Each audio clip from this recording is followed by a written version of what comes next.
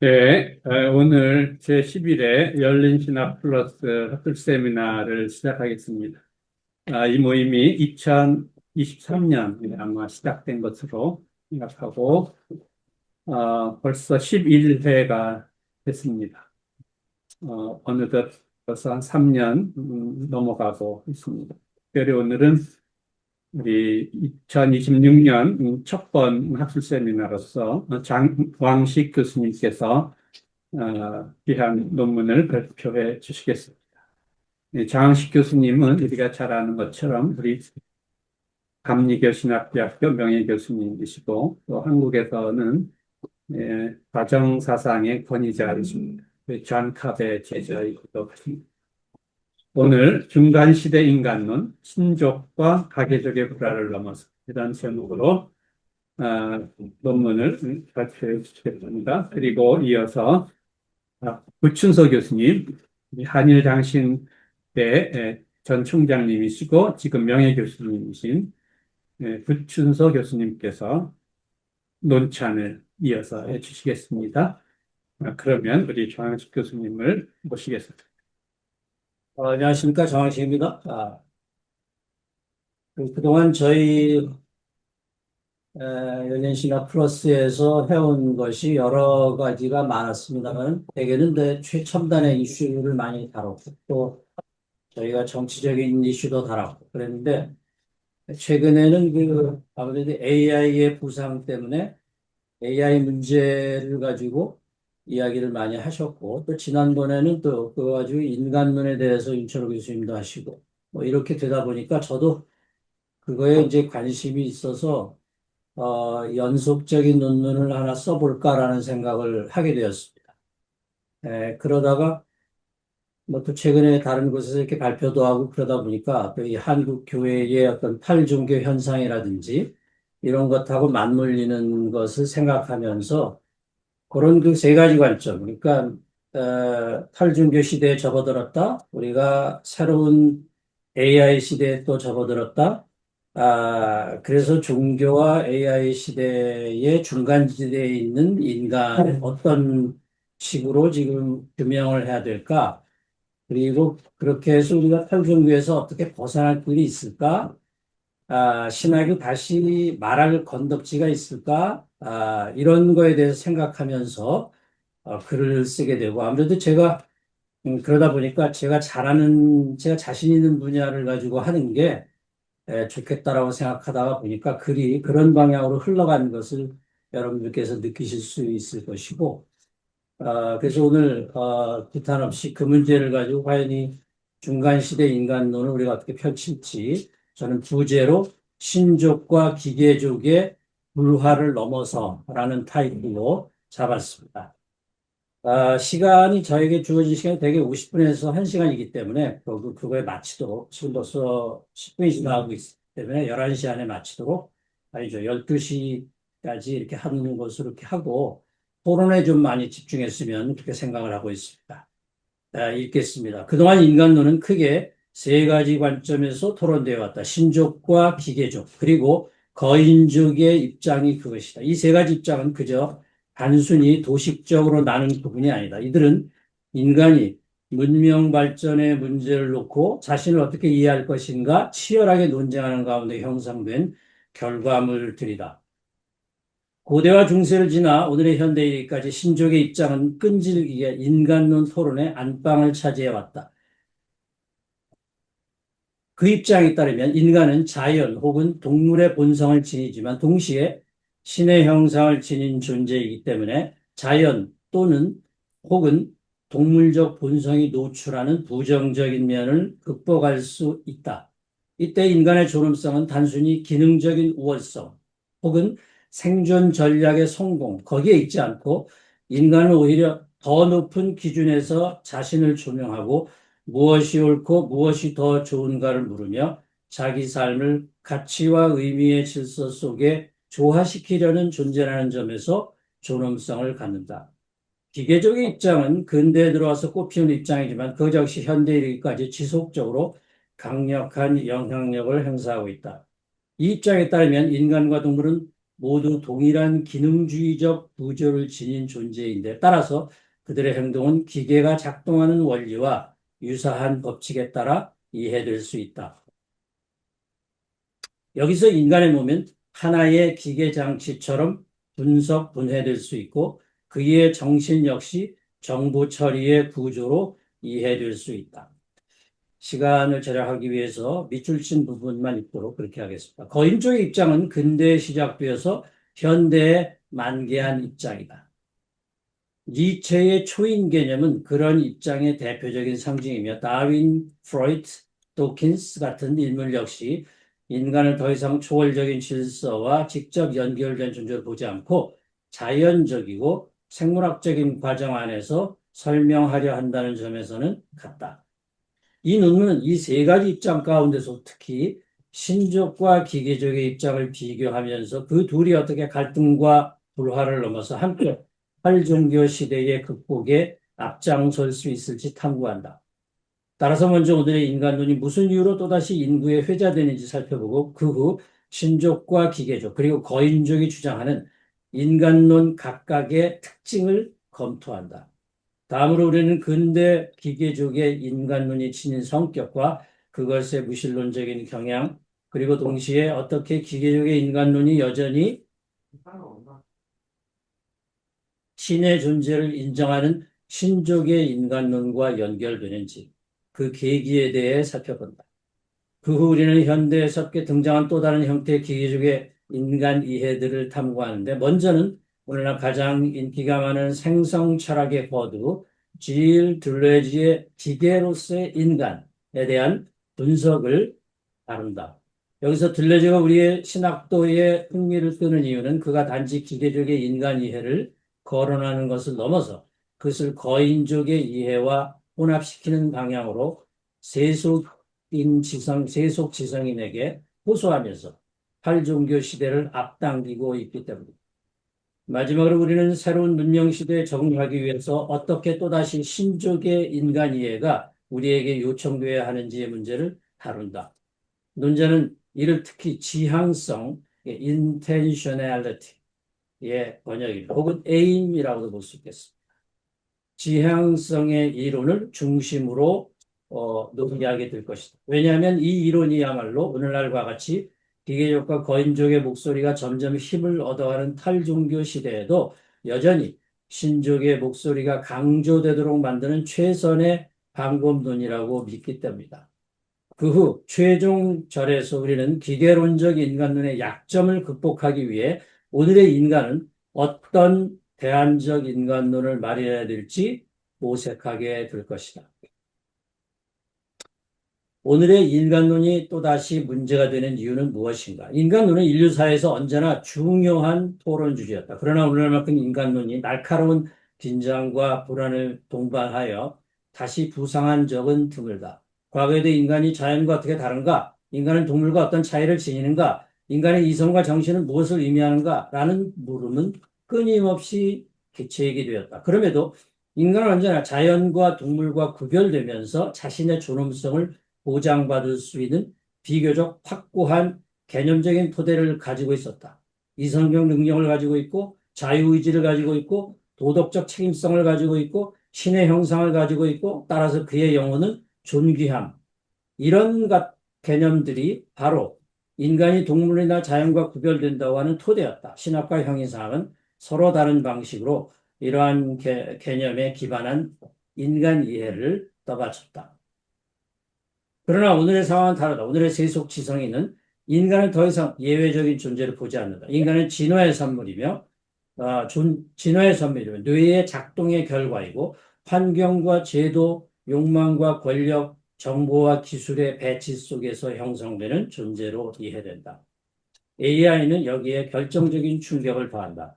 번역이나 학술 요약은 물론 이미지 생성, 예술 작품의 창안 등 이전에는 인간만의 고유한 기능으로 여겨졌던 많은 영역이 이젠 기계에 의해서 모방되거나 부분적으로 대체되고 있다. AI와 로보틱스는 단지 편리한 도구가 아니라 인간을 통제하고 심지어 조작하면서 자율성과 책임에 관한 철학적 문제들을 일으키면서 인간이 스스로를 무엇이라고 이해하는지 묻게 만드는 운명적인 도전이 되었다. 이 점에서 오늘의 인간론은 갑자기 유행하게 된 학문적 이론이 아니다. 그것은 인간이 차지하던 확실한 위상이 무너진 데서 나타난 구조적 위기의 산물이다. 밑으로 쭉 내려가서 중간지대를, 논자가 중간지대라고 부르는 것은 바로 이러한 역사적인 조건을 지칭하려 합니다. 그것은 단순히 과거와 미래의 그 중간이라는 시간적 의미를 가리키는 것이 아니라 오히려 한 문명의 인간이해가 해체되고 또 다른 문명의 인간이해가 도래하고 있으나 그것마저 아직 완성되지 않은 채 서로가 충돌하고 있는 상태를 가리킨다.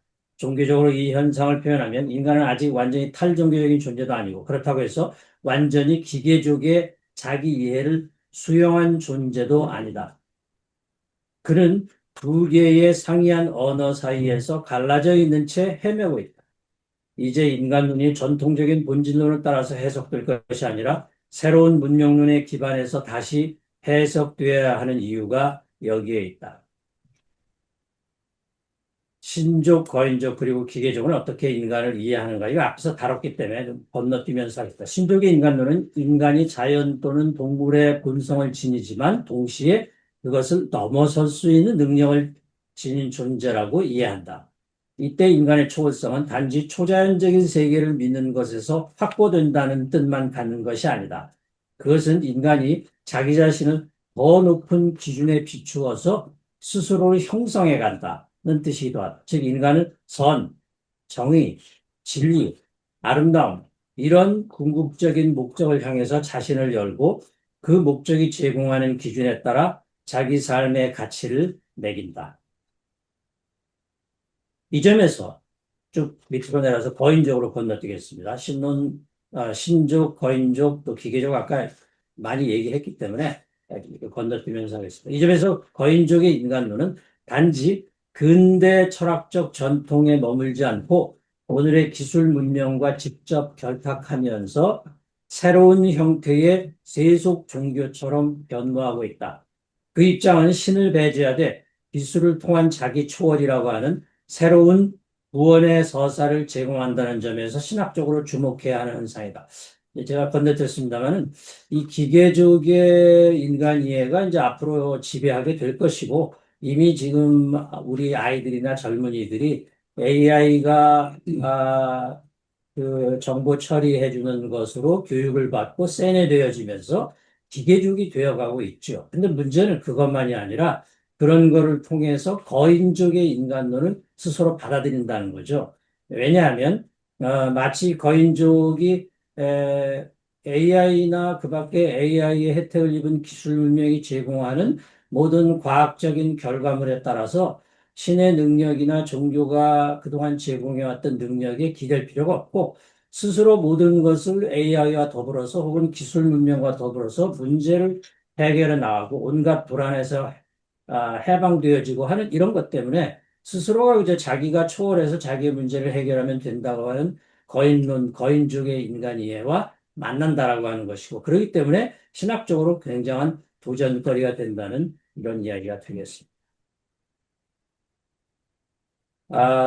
계속 같은 얘기를 반복하고 있기 때문에 건너뛰고 오늘 제가 진짜 이야기하고 싶은 것은 이 기계론에 대한 이야기고 이것이 가장 우리들에게 도전거리가 되니까 이걸 우리가 어떻게 신학적으로 극복할 것인가 하는 게 저의 과제이기 때문에 그거를 다루는데 주로 이거를 근대 기계론과 오늘 현대 기계론, 근대 기계론은 데카르트나 스피노자를 중심으로 해서 어, 정확하게는 이제 뉴턴의 물리학에 의해서 지배되던 그런 기계론을 말하고 그것이 거의 20세기까지 지배를 했다가 21세기가 이제 등장하면서는 새로운 기계론이 등장하고 있는데 그걸 대표로 저는 들레즈로 잡고 있고 우리나라에서 가장 인기 있는 철학자가 들레즈니까 그것에 대해서 세속을 대표하는 철학자라고 놓고 그거에 대한 어떤 실험을 해보고자 이렇게 글을 썼습니다. 5번째 줄부터 읽겠습니다. 근대 기계론은 인간을 포함한 전체 세계를 일정한 자연 법칙, 인과율, 그 구조 안에서 파악하려는 대표적인 시도다. 마치 세계는 거대한 시계처럼 움직이고 인간 역시 그런 기계적인 장치의 일부분, 부속품으로 기능한다고 생각되었다. 그러므로 여기서 기계는 금속처럼 단단하고 닫힌 구조이며 그 안의 개체는 정해진 기준을 수행하는 부속품처럼 이해되었다. 이런 기계론은 인간 이해에 직접적인 영향을 미쳤는데 그 대표가 데카르트, 스피노자. 특히 데카르트 이후 근대 철학과 과학은 자연뿐만 아니라 인간도 수학 법칙과 운동 구조로 파악했고 모든 생명체 활동조차 점차 기계적인 설명의 대상으로 삼았다. 이 덕분에 근대 문명이 아주 급속도로 발전했죠. 그래서 우리가 기하학을 배우고 수학을 배우면서 수치로 모든 것을 계산하고 인간의 행동과 정신도 그거로 전부 설명하려고 하는 이런 심리학의 발달, 뇌과학의 발달 이런 것들을 앞당기게 되었습니다. 이 과학에서 기계론은 종종 무신론적인 특징을 지닌 것으로 이해되었다. 왜냐하면 세계와 인간이 스스로 작동하는 장치라면 신은 더 이상 설명의 필수적인 요소가 아니게 되기 때문이다. 그러나 이러한 물리적 역사의 전개는 그런 방식으로만 단순하게 흘러가지 않았다. 근대 기계론은 때로 신을 배제하는 방향으로 나아갔지만 동시에 신의 존재를 전제하거나 인정한 채로 전개되기도 했다. 말하자면 기계론은 신을 몰아내는 논리였지만 동시에 신의 질서를 더욱 정교하게 표현하는 언어가 되기도 했다. 이게 이제 데카르트와 스피노자가 유실론자가 된 이유입니다. 그들은 기계론의 핵심은 인과론이거든요. 이런 것을 입력하면 이런 것이 결과물로서 출력된다라고 하는 것. 그리고 그걸 수치화하는 것.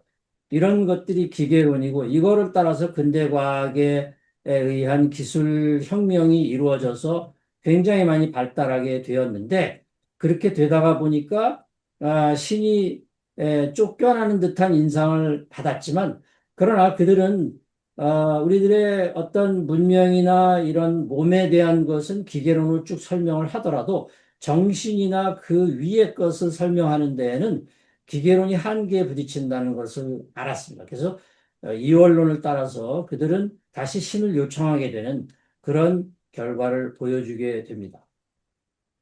그러나 현대에 다시 등장한 기계론은 전혀 다른 급진적인 양상을 보여준다. 특히 질 둘레지의 생성의 철학에서 기계는 더 이상 근대의 것처럼 견고한 금속 장치나 닫힌 구조가 아니다. 그것은 여러 힘과 흐름이 만나고 끊어지고 다시 이어지면서 무엇인가를 산출하는 생산의 구조이며 이미 완성된 사물이 아니라 과정과 관계와 변형의 장이다. 여기서부터 좀 어려워지죠? 이게 전혀 이질적인 거라서. 사실 이게 지금 오늘날 새로운 세대들이 하는 철학인데, 그걸 이렇게 한마디로 이렇게 요약하려고 하니까 되게 어려웠습니다. 근데 이게 그래도 이게 핵심이라고 보고요. 그래서 제가 줄을 달았어요. 들레주의 이런 줄을 보시죠. 7번. 들레주의 이러한 특이한 기계론, 즉 생성의 철학에 기반한 기계론이 가능하게 된 이유는 현대의 자연과학적인 이론의 영향 때문입니다. 주제하다시피 오늘의 과학과 철학은 사물을 실체가 아닌 에너지의 흐름으로 봅니다. 그러니까 실체라는 게 존재하지 않아요. 사물이 존재하지 않죠. 여기에 있는 모든 페트병도 있고 마이크도 있고 컴퓨터도 있고 그렇지만 그들에게는 이런 것들이 실체로 존재하지 않습니다. 이건 모두 다 정보, 0과 1, 이런 것들을 전부 존재하고 여기에 존재하는 딱딱한 금속이나 플라스틱이라고 하는 것도 전부 원자, 전자, 양자 이런 것들이 흘러가면서 만들어내는 관계의 대표적인 출력물로 이렇게 보게 되기 때문에 여기에서는 오늘날 에너지를 전문으로 보기 때문에 에너지를 우선적인 것으로 보니까 에너지장 이론에 따르면 실체적 사물이 먼저 존재하고 그 후 흐름이 에너지 흐름이 관계가 생성되는 것이 아니라 오히려 먼저 에너지나 힘, 이 힘이나 에너지도 사실 굉장히 낡은 개념이에요. 근데 그냥 그래서 어렵게 그냥 에테르도 나오고 에너지도 나오고 힘도 나오고 그렇습니다만 요즘에 또뭐 강도라는 말도 나오고 인텐시티죠. 밀도라는 말도 나오고 또 장이라는 말도 나오고 그냥 이런 거 저런 거 어려우니까 그냥 흐름이라고 이렇게 이야기합니다. 이런 것들로 이루어진 흐름, 과정, 생성 이런 것들이 먼저 있고 그런 흐름과 과정이 생성되고 나누어질 때 이들은 분절이라는 말을 씁니다. 그래서 절단이라는 말도 쓰기도. 그래서 흐름이 이렇게 있다가 흐름에서 절단이 생겨나면서 그 절단이 뭉쳐지면 그것이 실체가 되고 그것이 사물이 되고 그것이 뭐 꽃병이 되고 페트병이 되고 이게 모니터가 되고 마이크가 되고 인간이 되고 이렇게 보는 것이죠. 주 7번이라고 쓴 그 다음 문장입니다. 이 점에서 들레지의 기계론은 전통적인 기계론의 단순한 반복이 아니라 그 기계론을 안에서부터 뒤집는 변형된 기계론이라고 보아야 한다. 근대 기계론이 견고한 구조와 결정적인 인과율을 강조했다면 들레주의 기계론은 접속, 생산, 변형, 활주, 그리고 예기치 않은 생성의 가능성을 강조하며 심지어 인과율마저 상대화한다.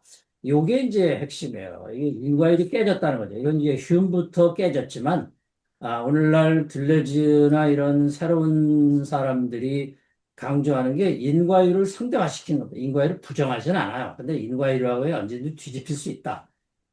그래서 인과율을 원인과 결과를 보지 않고 도리어 결과에서 원인으로 거꾸로 추적해가는 이런 방식으로 보기 때문에 인과율이 굉장히 상대화되어진 것이죠. 그러므로 들레주의 기계는 사물을 고정시키는 개념이 아니라 사물과 생명과 인간이 끊임없이 다른 무엇이 되어가는 과정을 설명하는 개념이다. 이런 새로운 기계론에 따르면 인간 역시 이미 완성된 존재로 이해될 수 없다. 인간은 미리 정해진 본질을 실현하는 존재가 아니라 끊임없이 새로운 관계 속에서 자신을 바꾸고 해체하며 다시 생성해가는 존재가 된다. 들레주의 표현을 조금 풀어서 설명하면 인간은 있는 존재라기보다 되어가는 존재이다. 여기 제가 8번 주석을 달았습니다만 그냥 말로 하겠습니다.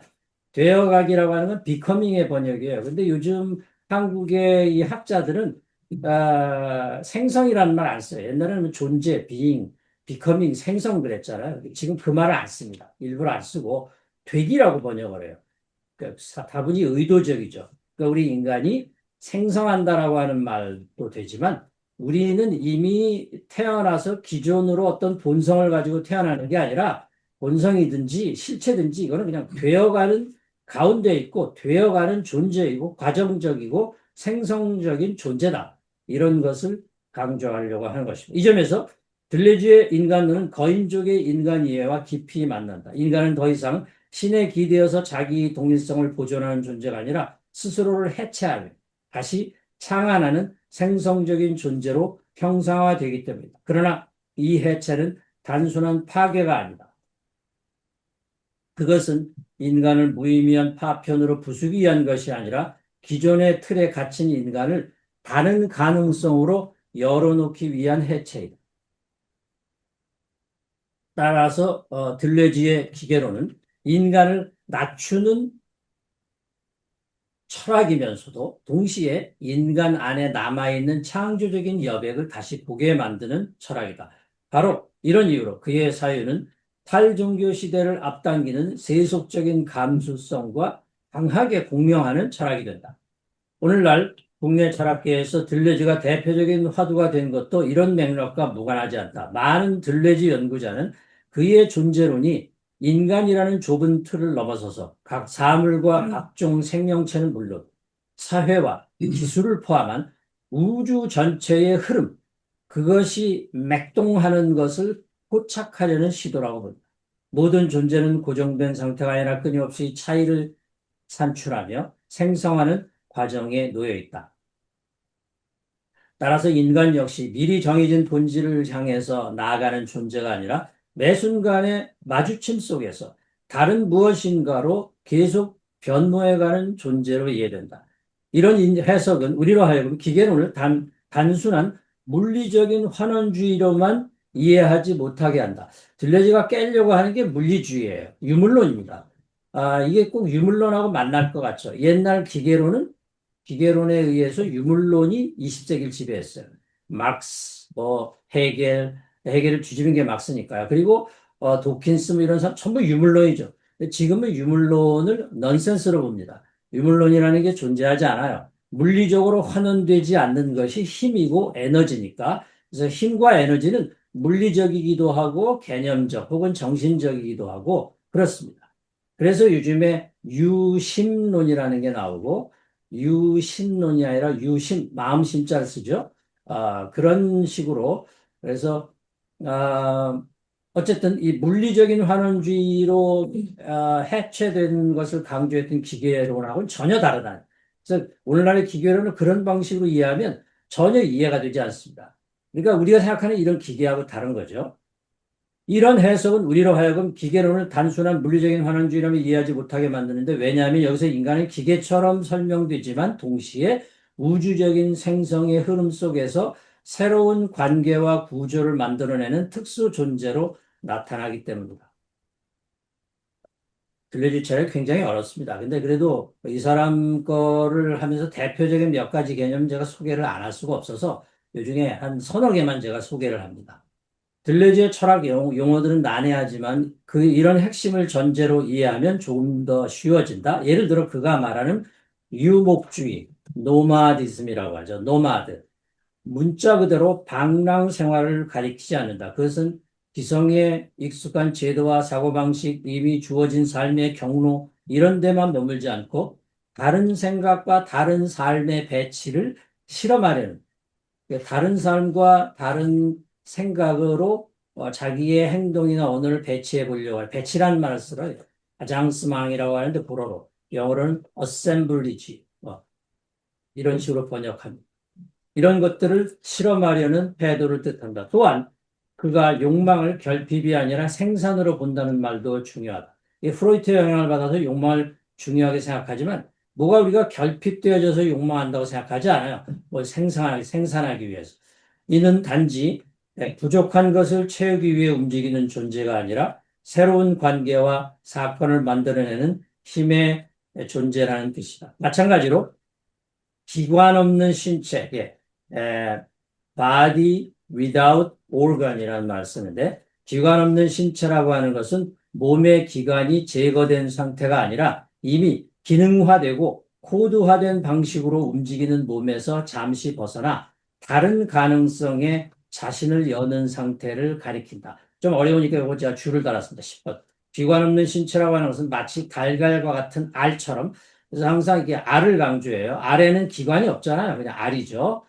그런데 아직 기관이 발달하지 않은 잠재성인데 이 기관 없는 알에서 거기서 기관이 나오잖아요. 벼슬도 나오고 다리도 나오고 날개도 나오고 그래서 어미닭이 됩니다. 이렇게 기관이 발달하면서 어미닭이 탄생하게 되죠. 이런 단계에 이르기 전에 알이라고 하는 것을 기관 없는 신체라고 합니다. 이게 잠재성, 잠재태, 가능성으로 있는 것이지만 이 세계가 지금 그런 식으로 있는 것이지만 또 우리 인간이 그렇게 되는 것이지만 그러나 그런 인간이 기관 없는 신체처럼 알처럼 존재하다가 어떤 상황을 만나서 거기에서 기관이 발달하면서 우리가 가지고 있는 현존하는 이 기성의 스테터스 쿼, 이 현상의 질서, 그게 국가가 되든 자본주의가 되든 이걸 얼마든지 우리가 극복할 수 있다. 이렇게 보는 거죠. 그렇기 때문에 그가 홈페인 공간이라는 말을 쓰는데 홈페인 공간에는 물줄기가 자꾸 지나가다 보면 거기에 선이 생기잖아요. 홈이 생기죠. 그런 식으로 자본주의나 국가가 닦아놓은 그러한 그 물줄기와 홈페인 공간을 거부한다는 거죠. 매끈한 공간을 강조합니다. 유리판처럼 아무것도 없이 매끄러운 공간.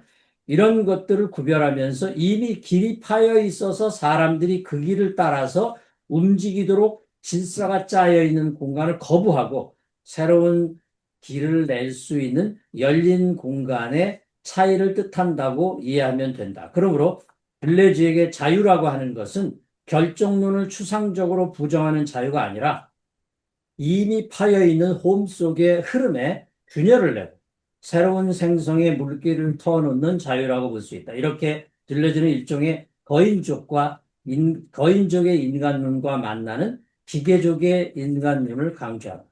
하지만 우리의 주제와 관련해서 여기서 주목할 것은 국내의 들레지안이 들레지 철학과 AI를 연결하는 방식이다. 이들은 인공지능과 연관된 오늘의 대규모 언어 모델을 방대한 데이터를 수집하고 반복 속에서 패턴을 강화하고 과거에 축적된 정보를 보존하고 그 위에서 가장 그럴듯한 다음 경과를 예측하고 하는 이런 장치로 이해하고 해석한다. 그런데 이러한 설명은 AI와 인간의 차이에 대해서 매우 설득력 있는 새로운 해석을 남긴다. 즉 AI는 습관처럼 패턴을 학습하고 기억처럼 과거를 축적하면서 그 위에서 통계적으로 개연성 높은 결과를 예측하는 것. 이게 AI가 하는 거잖아요. 그러나 바로 이 지점에서 들레즈의 철학은 오늘의 AI 기계론에 대해서 예상 밖의 반론을 제공할 수 있다. 왜냐하면 들레즈가 진정으로 중요하게 보는 것은 단순한 반복, 재조합 이게 아니라 과거의 연장선상 위에서 설명되지 않는 사건, 기존의 패턴을 배반하는 비약, 데이터의 통계적 흐름을 넘어서는 새로움, 이런 거를 할 수 있는 거고, 이게 인간이 할 수 있다라고 보는 거죠. 쉽게 말해서 AI는 축적된 데이터 속에서 가장 그럴듯한 다음 답을 출력할 수는 있지만, 왜 그것이 참으로 새로운 사건인지 스스로 알지도 못하고 설명하지도 못한다. AI가 지금 굉장히 새로운 정보를 우리에게 주죠. 근데 그게 왜 새로운 건지 그들은 몰라요. 반면 인간은 때때로 가장 개연적인 것을 거부하고 오히려 그 계산을 배반하는 결단을 선택한다. 이 점을 들레주의 시간론과 연결해 말하자면 인간의 사유는 과거와 현재 연장선상 속에서 움직이고 있다고 생각되지만 그렇지 않고 예측을 허락하지 않는 사건의 시간 속에서 돌연 새로운 방향을 시작한다. 이게 이제 시간의 철학인데, 이 들레지안들은 이게 시간의 철학을 굉장히 중요시한다. 이게 요즘 발달한 게 이제 생성 철학, 이것도 시간의 철학이고, 과정 철학, 이것도 시간의 철학이죠. 생성의 철학이나 과정 철학이나 이런 말을 이해하기 어려우면 그냥 시간으로 바꾸면 됩니다. 시간이라는 것은 우리 아까 얘기했지만 흐름이죠. 혹은 이 흐름 중에서도 이게 그냥 흐름이 아니라 갑자기 우연적으로 나타나는 흐름. 그래서 들레즈는 이게 클로스옵스키 제가 여기 원형을 했고 우리나라 말로 이게 번역이 돼 있더라고요.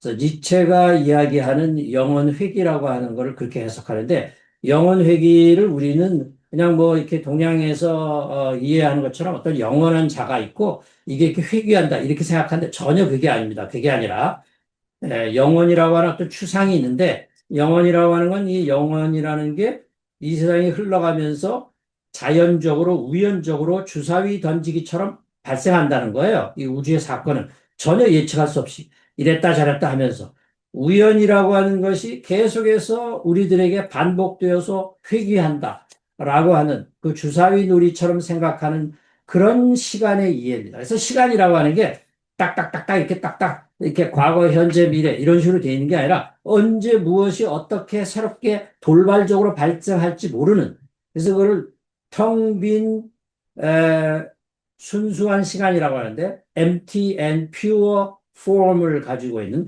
텅 빈 순수한 형식의 시간이라고 해요. 시간이라는 게 과거, 현재, 미래 이렇게 있다는 게 아니에요.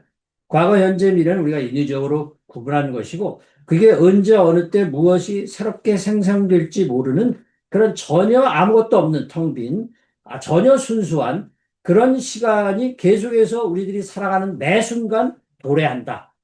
이런 이야기를 하고 있다고 보면 되겠습니다. 이러한 생성의 철학의 차원에서 보면 결국 인간이란 무엇인가라는 질문은 인간은 어떻게 축적된 과거의 결정을 역전시키고 새 사건을 일으키는가라는 질문으로 바뀌게 된다. 여기에서 중요한 것은 들레즈가 한편으로는 인간 중심주의를 해체하는 철학자이면서도 다른 한편으로는 인간을 단순한 데이터 기계로 환원하는 AI 시대의 기계론에 대해서 가장 강력한 반론을 제공할 수도 있다는 사실이다. 들레즈적 관점에서 보면 인간은 분명 하나의 기계이다. 그러나 그 기계는 근대적 의미의 자동장치가 아니라 새로운 접속을 만들고 새로운 기존의 배치를 흔들고 아직 계산되지 않은 미래를 향해서 자신을 열어놓을 수 있는 이러한 생성하는 기계이다. 다시 말해서 인간은 기계이지만 창조하는 기계이며 구조의 산물이지만 동시에 구조를 넘어설 수 있는 기계이다. 물론 이러한 해석은 들레즈의 본래 의도와 일정 긴장을 일으킬 수도 있다. 그럼에도 이러한 해석 가능성 자체가 오늘의 인간론 논쟁에서 매우 중요한 계기를 제공한다는 점은 부인하기 어렵다. 왜냐하면 그것은 들레즈를 단순히 인간 해체의 철학자로만 읽지 않고 인간 안에 남아있는 비예측적인 창조성과 사건의 가능성을 다시 묻게 만들기 때문이다. 바로 이 점에서 들레즈는 세속인에게 매우 흥미롭다. 그는 1차적으로 인간을 낮춘다. 인간은 더 이상 우주의 중심이 아니다. 하나의 고정된 본질을 지닌 실체도 아니다. 인간은 그저 흐름과 관계와 배치 속에서 구성되어지는 우주의 작은 존재이다. 그러나 그는 동시에 인간을 단순한 자동기계로 환원하는 길도 막아선다. 왜냐하면 인간은 주어진 구조의 효과에 머무는 존재가 아니라 때때로 그 구조를 비틀고 새로운 방향을 열어젖히는 존재이기도 하기 때문이다. 들레지적 기계로는 인간을 낮추는 동시에 인간이 아직 기계로 환원되지 않는 여백을 드러낸다. 놀랍지 않은가? 바로 여기에 세속의 지성계가 들레지에 열광하지 않을 수 없는 이유가 있다. 사실상 인공지능의 시대가 도래하면서 기계적의 인간론이 인간과 기계의 차이를 없애거나 혹은 점점 더 기능적인 차이의 문제로 축소시키면서 겨우 인간은 기계가 아니기를 의지하는 기계, willing, 의지한다. 이거를 뭐 바란다고 얘기해도 되겠죠. 기계가 아니기를 바라는 기계. 저는 이거를 이제 최근에 읽은 책에서 나오는데 그 책에서는 우리 인간은 동물이 아니기를 바라는 동물이다. 이렇게 얘기를 하고 있더라고요. 요즘은 그 정도가 아니라 기계가 아니기를 바라는 기계. 우리는 어차피 기계인데 그러나 기계가 아니기를 바라는 거죠. 그러나 들레지 버전의 기계적 인간론은 AI 시대에 다시 한번 인간과 기계의 차이를 말할 수 있는 새로운 해석 방법으로 호소력을 지닌 듯이 보이지만 정말 그런가? 들레지판 기계적의 인간론은 정말 인간의 문제를 충분히 해결하고 있는가? 논자의 관점에서도 들레지식 기계론이 강한 설명력을 지닌다는 것은 인정하나 그것이 현대 인간의 문제를 충분히 설명하는 것은 아니다. 이렇게 질문해 보자. 즉 인간이 오로지 흐름의 결절점이고 흐름이 이렇게 단절되고 결절된 상태에서 거기서 탄생한 것이고 그리고 배치 이러이러한 관계들이 어떻게 배치되느냐에 따라서 그것의 효과로 보는 이런 것에 불과하다면 왜 어떠한 삶은 더 바람직하고 어떤 선택은 더 정당하며 어떤 행위는 더 책임적인 것으로 평가받는가? 인간이 기능적인 조정의 결과뿐이라면 죄와 책임, 희생과 의무는 어디에 근거를 둘 것인가? 지금 제가 좀 약간 점핑한 그런 인상이 있어요. 이렇게 뭐 이게 좀 자세하게 이걸 토론했으면 좋겠는데 이따가 토론하도록 하고 들레즈식의 인간론이 굉장히 매력적인 설명을 가지지만 한마디로 얘기하면 그런 그 인간론이 이야기하는 여러 가지 주장들은 인간의 정체성을 설명할 때에 그냥 모든 걸 이렇게 배치된 상태에서 흐름이 있는 것을 딱딱딱 따다가 이렇게 뭉쳐가지고 뭐 아까 넥서스도 얘기하는데 유발 하라도 비슷한 거죠. 그러니까 넥서스 뭉쳐놓은 거 관계를 이렇게 뭉쳐놓은 상태로만 생각하는데 그걸 가지고 인간의 정체성이 과연 가능한가라고 하는 것이고 인간을 규정할 수 있는가? 왜? 우리 인간은 그렇게 그냥 모여있는 것만 가지고 얘기 안 되고 그 모여있는 것이 어떻게 더 좋은 의미와 가치로 발전할 수 있는 존재로 바뀔 것인가 하는 거에 관심이 있고 그러다 보니까 더 좋은 걸 추구하다 보니까 죄도 짓게 되고 실수도 하게 되고 율법도 어기게 되고 법도 어기게 되고 자기가 잘 나가려고 하다가 갑자기 책임도 방만한 책임으로 유기하게 되고 이러다 보니까 사회에서 도태당하게 되고 이렇게 생겨나는 게 문제지 다른 게 문제가 아니다라는 방식으로 우리가 질문을 할 때 들레즈는 이거에 대해서 어떻게 응답할 수 있을까라는 생각이 생겨났습니다. 건너뛰겠습니다. 자, 이러한 신족의 인간 이해가 여전히 필요한 이유는 무엇인가? 이러한 현실 앞에서 신학도에게 주어진 과제는 분명하다. 오늘의 문명 시대에 부드럽게 적응하려면 기계적 인간 이해와 신족의 인간 이해를 단순한 적대적인 관계로 둘 수 없다. 오늘 우리는 인간과 자연, 인간과 기술 사이의 경계가 무너지는 시점에 서 있으며 기계론은 이 시대를 매우 날카롭게 표현하면서 현재 지성인에게 더 큰 호소력을 지니고 있기 때문입니다. 그러나 동시에 인간이 자기의 삶의 방향을 묻고 가치의 질서를 세우며 어떤 궁극적인 기준 앞에서 자신을 비추는 존재라는 사실도 변하지 않는다. 따라서 문제는 기계족의 주장을 무조건 배척하는 데 있지 않다. 오히려 그들의 기계론이 설명하지 못하는 인간의 차원을 더욱 분명하게 포착하는 데 있다. 논자의 관점에서 볼 때 바로 이 지점에서 우리가 반드시 고려해야 하는 핵심 개념이 지향성, intentionality이다. 철학에서 지향성이란 인간의 마음과 정신 상태가 언제나 어떤 대상이나 상태에 대해 있다는 성질을 뜻한다. 이거는 이제 하이데거, 후설 이런 사람들이 주장하는 지향성 이론이다. 원래 지향성 이론은 후설에서 브렌타노, 후설에서 인기를 끌었고 하이데거 그리고 하이데거의 제자인 그 제자라기보다 그 맥을 이어가는 프랑스의 실존주의자들 사르트르, 레비나스 이런 사람들에게 영향을 미쳤는데 다 이게 지향성의 개념을 중요하게 따지고 있죠. 그러나 논자의 논의는 여기서 현상학자들의 논의보다 한 걸음 더 나아간다. 즉, 인간은 단순한 무엇에 대해 생각하거나 무엇을 개념화하는 존재가 아니라 자신과 세계를 어떠한 방향으로 조직해가는 지향적 존재라는 것이다. 이 점에서 지향성은 단순한 현상학적 이론이 아니라 인공지능의 시대에도 인간론의 핵심 원리로 확장된다. 인간은 단지 정보를 처리하는 존재가 아니라 정보를 처리할 때 어떤 방향을 향해 스스로를 조직하는 존재라는 말이다. 이를 조금 더 과학적인 언어로서 엄밀하게 기술해내면 하나의 존재는 단순한 사건들의 집합이 아니다. 여기까지 설명하는 게 들레지예요. 이렇게 사건들이 뭉쳐지고 배치되고 그 다음에 넥서스를 이루고 어떤 정보가 뭉쳐지고 그것이 흘러가다가 단절되어지고 결절점을 이루고 이게 이렇게 집합하는 것이 전부라고 생각하면 안 된다는 거죠. 그것은 기계와 같은 부속품들, 여러 부분, 시계를 보면 자동차를 보면 부속품들이 있잖아요. 이런 다자들, 매니가 모여서 뭉쳐진 모임이 인간이냐? 그게 아니라는 거죠. 그것들을 하나로 묶어내는 일자이다. The One이죠. 그런데 이러한 존재가 단순한 집합체를 넘어서 하나의 개별적인 주체로 기능하려면 자신과 세계를 선택적으로 조직하는 지향적인 구조를 가져야 된다. 주체의 통일성은 무작위로 생겨나지 않기 때문이죠.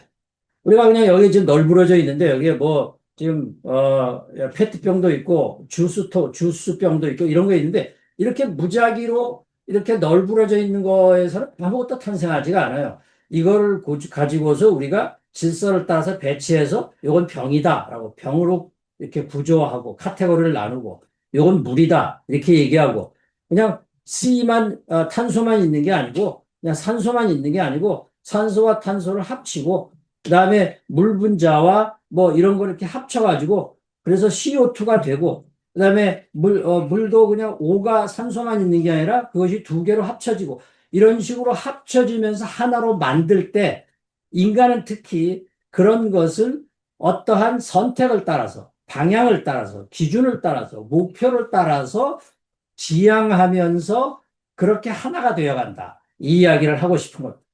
통일성과 일자의 탄생이라고 하는 것은 언제나 주체적인 선택과 능동적인 관련성의 과정을 필수로 하며 바로 그 선택의 관련성의 구조를 우리가 지향성이라고 한다. 그냥 널브러져 있는 게 아니라 널브러져 있는 걸 하나로 선택해서 그냥 인간들이 흩어져 있는 게 아니라 그걸 하나로 묶어서 어떠한 방향으로 끌고 가려고 하는 거죠. 이렇게 주체적으로 방향을 설정해서 끌고 가려고 하는 이러한 선택, 결단, 판단 이런 것들을 일으키는 지향성 이것이 우리들에게 AI와 인간의 차이를 가르는 어떤 점이 되지 않을까라고 생각하면서 그렇게 논지를 지금 펼쳐가고 있습니다. 따라서 지향성이 없는 주체는 개념적으로 매우 약하거나 거의 불가능성으로서의 무에 가깝다. 오늘의 문명적 상황에 적합한 온전한 인간론을 말하려면 우리는 모든 주체는 지향성을 가진다라고 하는 공식을 받아들일 수밖에 없다. 바로 여기에 신족의 인간론이 다시 진지하게 요청될 수 있는 첫 번째 이유가 놓여 있다.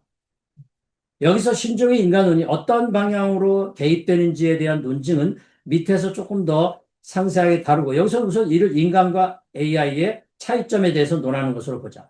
논자는 지향성의 개념을 AI와 인간의 차이를 설명하는 도구로 먼저 활용하겠다. 이를 위해서 논자는 지향성을 두 층위로 구분하자고 제안하는데 첫째는 derived, 파생된 지향성, derived intentionality. 그 다음에 또 다른 것은 주체가 부여한 목적과 의미, 정보와 평가 규칙에 의존하는 지향성. 이거는 intrinsic, 고유한 지향성이라고 번역해 봤습니다. 이것은 인간이 자신의 삶과 경험을 조직해 가면서 생겨나는 지향성이다. 그러니까 AI는 파생적인 지향성이라는 얘기죠. 이런 구별을 적용해 보면 AI가 아무리 지향성을 가지고 있겠지만 아무런 지향성이 없다고 생각하면 안 돼요. AI도 지향성을 가지고 이렇게 운동하거든요. 그런데 AI는 적어도 한 종류의 지향성만 가지고 있는데 그게 파생적인 지향성이라는 거예요. 그것은 인간이 설계하고 공급한 목적과 규칙에 의존하는 파생적인 지향성에 속한다. 우리가 챗GPT나 제미나이나 이런 걸 보면 결국 인간이 만들어낸 정보에 의해서 그 결과값을 주는 것에 불과하니까요. 따라서 AI는 전혀 지향성을 갖지 않는 존재라기보다 자신의 삶의 중심으로부터 지향성을 형성하지 못하는 존재. AI가 아직까지는 의지와 자유의지를 갖고 있지 못하기 때문에 그런 날이 오면 모르겠지만 지금 현재는 인간의 지향성에서 파생되어진 지향성을 가지고 있다. 물론 미래 어느 날 AI가 나름의 고유한 지향성을 획득할 날을 우리가 완전히 배제할 수 없다. 그러나 그 경우에도 인간과 기계 사이에는 지향성의 유무가 아니라 어떤 종류의 지향성을 갖는가라는, 즉 고유의 지향성이 있는가 그만해 라고 하는 것으로 끊임없이 우리는 차이를 만들어낼 수 있다. 그러나 우리는 여기서 들레즈에게 질문을 던지지 않을 수 없다. 들레즈는 이제 이런 방식으로 얘기하고 있는데 우리가 새로운 미래를 향해서 반드시 자신을 던져야만 하는 이유가 있는가? 동기가 있는가? 이제 들레즈가 아까 이야기했죠. 좀 건너뛰긴 했습니다만은 들레즈는 이렇게 모든 것이 기계고 흐름이고 그런 것들을 뭉쳐놓은 것이 인간이라고 보는데 그렇게 어떤 흐름과 관계를 새로운 배치를 통해서 새롭게 뭔가를 생성해 나가려고 하는 것이 그렇게 들레즈가 주장하는 바고 그거를 따라서 자본주의의 독점을 깨고 국가의 압력에서 해방된다라고 하는 게 들레즈가 이야기하는 슬로건인데 그런데 정말 그렇게 할 수 있는가 우리 인간이 이렇게 들레즈의 인간론에 질문을 던지지 않을 수 없다는 거죠. 우리가 새로운 미래를 향해서 반드시 자신을 던져야만 되는 이유가 뭔가? 우연히 지배하는 우주. 그는 그렇게 이야기하죠. 아까 얘기했죠. 우연이라고 하는 게 매 순간 주사위 던지듯이 이렇게 발생한다라고 하는 그런 우주에 주사위 던지기와 같은 운명적인 결정이 반복되는 세계. 왜 인간은 자신의 운명에 요즘 유행하는 유행가에도 있듯이 아모르 파티라고 하는 거 이거 제일 먼저 이야기한 게 니체 아닙니까? 우리는 그냥 자기에게 떨어진 우연적인 삶을 그대로 순응하면서 그걸 받아들이고 사랑하는 삶을 살아야 된다라고 하는 이런 스토아적인 이야기와 니체적인 이야기가 들레즈가 말하려고 하는 인간인데 왜 그런 인간이 굳이 그런 운명에 순응하는 삶을 살지 않고 그걸 거슬러야 되는가? 그걸 거슬러야 된다고 얘기했잖아요. 현상의 질서를 거스르자라고 구호를 외치잖아요. 그렇게 해야 되는 동기와 그렇게 되는 이유가 무엇이냐 이거죠.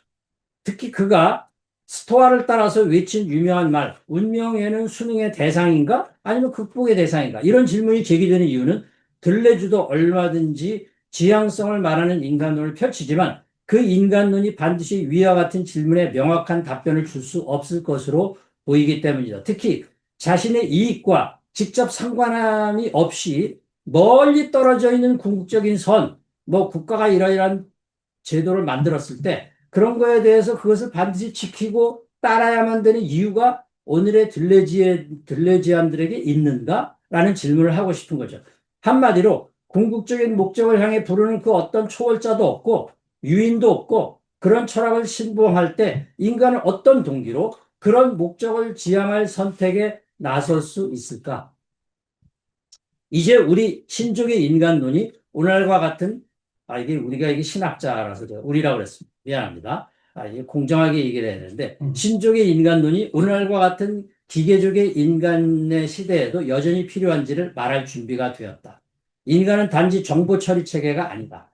궁극적인 기준 앞에서 자신을 비추는 존재다. 물론 대상 지향성, about.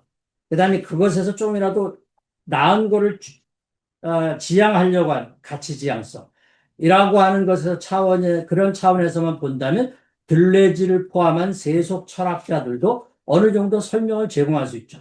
왜 어떤 거를 지향해야 되는지, 왜 더 좋은 걸 지향해야 되는지, 요거는 말할 수 있어요. 그런데 초월적인 지향성, 즉 궁극적인 기준을 향해서 그 궁극적인 기준이 뭔가 있다고 할 때 그 어떤 공동의 선이라고 한다고 한다면 그런 것을 향해서 자신을 비추고 거기에다 자신을 내던지는 이런 거를 할 수가 있는가?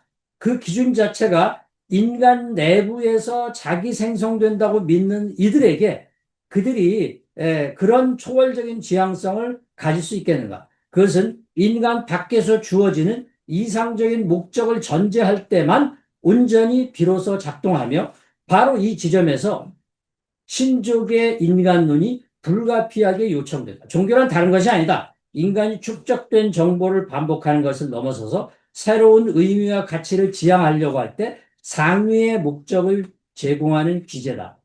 이것이 기계적의 세속화로 앞당겨진 탈종교 시대에도 여전히 종교가 기능할 수 있는 이유이다.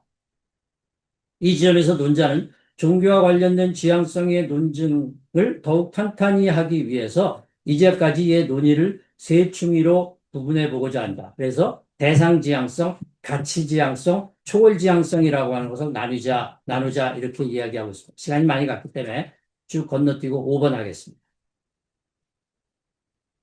이것도 쭉 건너뛰어서요. 시간이 얼마 안 남았으니까. 오늘의 신학적인 과제, 여기서부터 하겠습니다. 오늘의 신학적인 과제는 전통적인 인간론을 무비판적으로 반복하는 것이 아니라 반대로 기계론이 주도한 인간의 해체 앞에서 무기력한 모습을 보이면서 물러나는 것도 아니고 신학도에게 필요한 것은 인간이 자연적이고 기술적인 조건에서 형성되지만 그 조건들에게 단순히 반응하는 데 그치지 않고 그것을 삶의 의미와 가치의 질서 속에서 다시 조직할 수 있는 존재다라고 하는 것.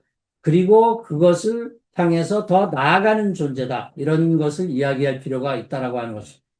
여기서 논자는 화이트헤드에게 주목한다. 그는 들레즈보다 먼저 생성의 철학을 발전시켰으면서도 결코 기계론적인 인간론에 머물지 않았다. 그에 따르면 모든 존재의 과정은 단순한 흐름이 아니다. 모든 과정은 먼저 과거의 세계가 현재에 작용한다는 사실을 포함한다. 이는 이행이라고도 불리고 작용인으로서의 인과론이라고도 불린다. 이러한 용어들이 주는 난해함은 여기서 잊어버리고 그것의 핵심 주장에만 집중해보자. 이를 우리의 토론에 적용하면 결국 인간은 자기가 선택하지 않은 과거를 이미 짊어진 채 시작한다.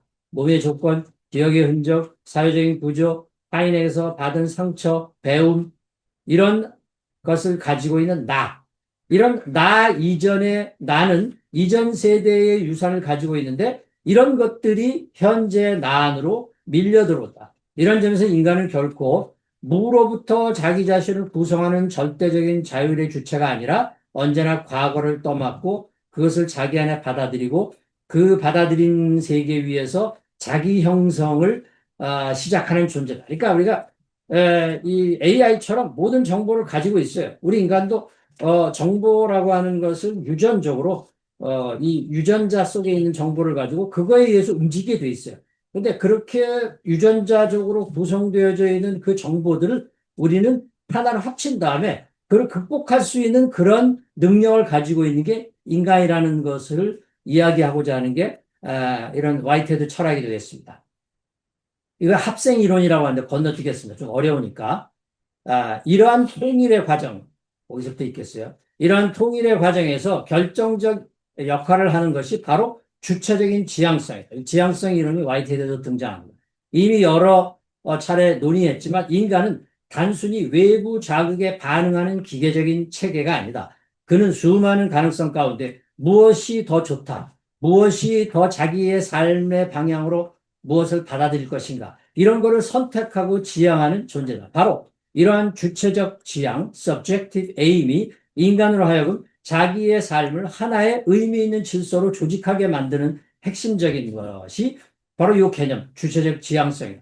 앞에 4절에서 잠시 언급했던 대상 지향성, 가치 지향성, 초월 지향성이 역시 여기서 우리가 말하는 주체적 지향성의 다양한 층위로 해석될 수 있다. 말하자면 인간은 어떤 대상을 향하고 어떤 가치를 더 높게 평가하며 끝내는 어떤 궁극적인 기준 앞에서 자신을 재조직한다. 그래서 우리가 어떤 대상 지향성을 가지고 있고 가치 지향성을 가지고 있는데 가치 지향성 중에서 최고의 지향성을 따지려고 하는 게 우리 인간이라는 거죠. 그런 것을 제공하는 게 화이트헤드는 신이라고 보고 있어요. 그래서 신이 가장 이상적인 어떤 가치를 제공한다. 그래서 아이디어, 이상적인 지향점을 제공한다. 그래서 아이디얼 에임이라고 해요. 그래서 마지막 한 가지를 더 얘기하면 시간이 지났기 때문에 이제 말로 하겠습니다. 화이트헤드는 이런 지향점을 제공하는 게 신이라고 보는데 그 신이 제공하는 지향점이 이니셜하다고 얘기해요. 이니셜이라는 말을 저는 초기라고 번역했는데 그래서 뭐냐면 우리가 주체적인 지향성을 가지고 뭐를 결정을 하죠. 그래서 뭐 내가 뭐 여기 길거리에 어떤 사람이 쓰러져 있다라고 하면 쓰러져 있는 걸 보고서 우리 인간이 저 사람이 어떻다라고 측은지심을 느끼고 그래서 그 사마리아인으로서 그 사람을 구원할 것이냐 말 것이냐 잠시 헷갈립니다. 모든 인간이 그러죠. 그런데 신이 가지고 있는 이상적인 지향성은 걔를 구해라. 그것이 공동적인 그런 선이고 그게 바로 내가 너에게 원하는 바야. 라고 하는 그런 그 신의 이상적인 지향점과 목적이 먼저 우리 안에서 작동하도록 돼 있다는 거야. 그래서 이니셜이 웨슬리의 선행 은총론하고 매우 비슷해요. 그래서 그런 것이 여기 들어와 있죠. 그래서 그것이 먼저 작동하는 상태에서 그거를 놓고 우리 인간은 고민해요. 이걸 따를 것이냐 말 것이냐. 그래서 우리 인간은 항상 가치를 결정하려고 할 때 어떤 지향을 따라서 더 좋은 걸 결정하려고 할 때 항상 고민하게 되어 있어요. 이 신의 최상의 목적 공동선을 선택할 것이냐 말 것이냐. 그것을 따라가면 되는 것이고 안 따라가면 그냥 자기의 삶을 사는 거죠. 요게 바로 과정신학의 지향성 이론이 오늘날의 그 AI나 혹은 들레즈가 이야기하는 그런 어떤 가치 지향적인 그런 삶과는 정보에 의해서 결정되어지는 과거의 정보에 의해서 결정되어진 것과는 다르다는 점에서 AI와 구별되고 또 들레즈가 이야기하는 그런 기계론들은 지향성은 이야기하지만 그 지향성을 가지고 나아갈 때 그 공동의 선이나 최선의 선을 따라서 반드시 행동해야 될 이유를 찾을 수 없는 거예요. 그게 오늘날에 우리나라에서 좀 헷갈리고 있는 수많은 그 세속 지성인들의 어려움이죠. 왜 그걸 해야 되는지 동기부여가 없어요. 그냥 자본주의가 나에게 지금 주식 투자를 해서 보다 많은 이윤을 제공하니까 그냥 그걸 하는 거지. 내가 소수자를 향해서 어떤 가난한 사람을 향해서 뭐 눌린 자를 향해서 내가 그들을 향해서 뭐를 해야 될 필요성이 없어요. 그럴 동기부여가 되지 않습니다. 자, 이럴 때 있어서 우리가 어떤 공동의 선이나 이상적인 목적을 어떻게 제공할 것인가라고 할 때의 신족의 인간론이 더 보충적으로 작용해야 된다라고 하는 이야기를 저는 하고 있고요. 그거를 몇 년만까지 그렇게 진행하고 있어요. 여기서 마치겠습니다. 네, 귀한 강의 감사합니다. 곧 이어서 우리 준서 교수님 논탄을 해주시겠습니다. 굉장히 양원직 교수님의 논문이 굉장히 창의적이고, 어, 은유적이고, 많은 정보를 제공하고 많이 배웠습니다. 저희들은 잘 모르는 내용들도 많고 해서, 굉장히 이런 논문들을 읽을 수 있는 그런 기회가 굉장히 좋았, 이렇게 말씀을 드릴 수가 있겠고요. 혹시 내가 뭘 잘못 눌렀나? 네. 그래서 저는 이 내용을 뭐 요약하고 뭐 그러기보다는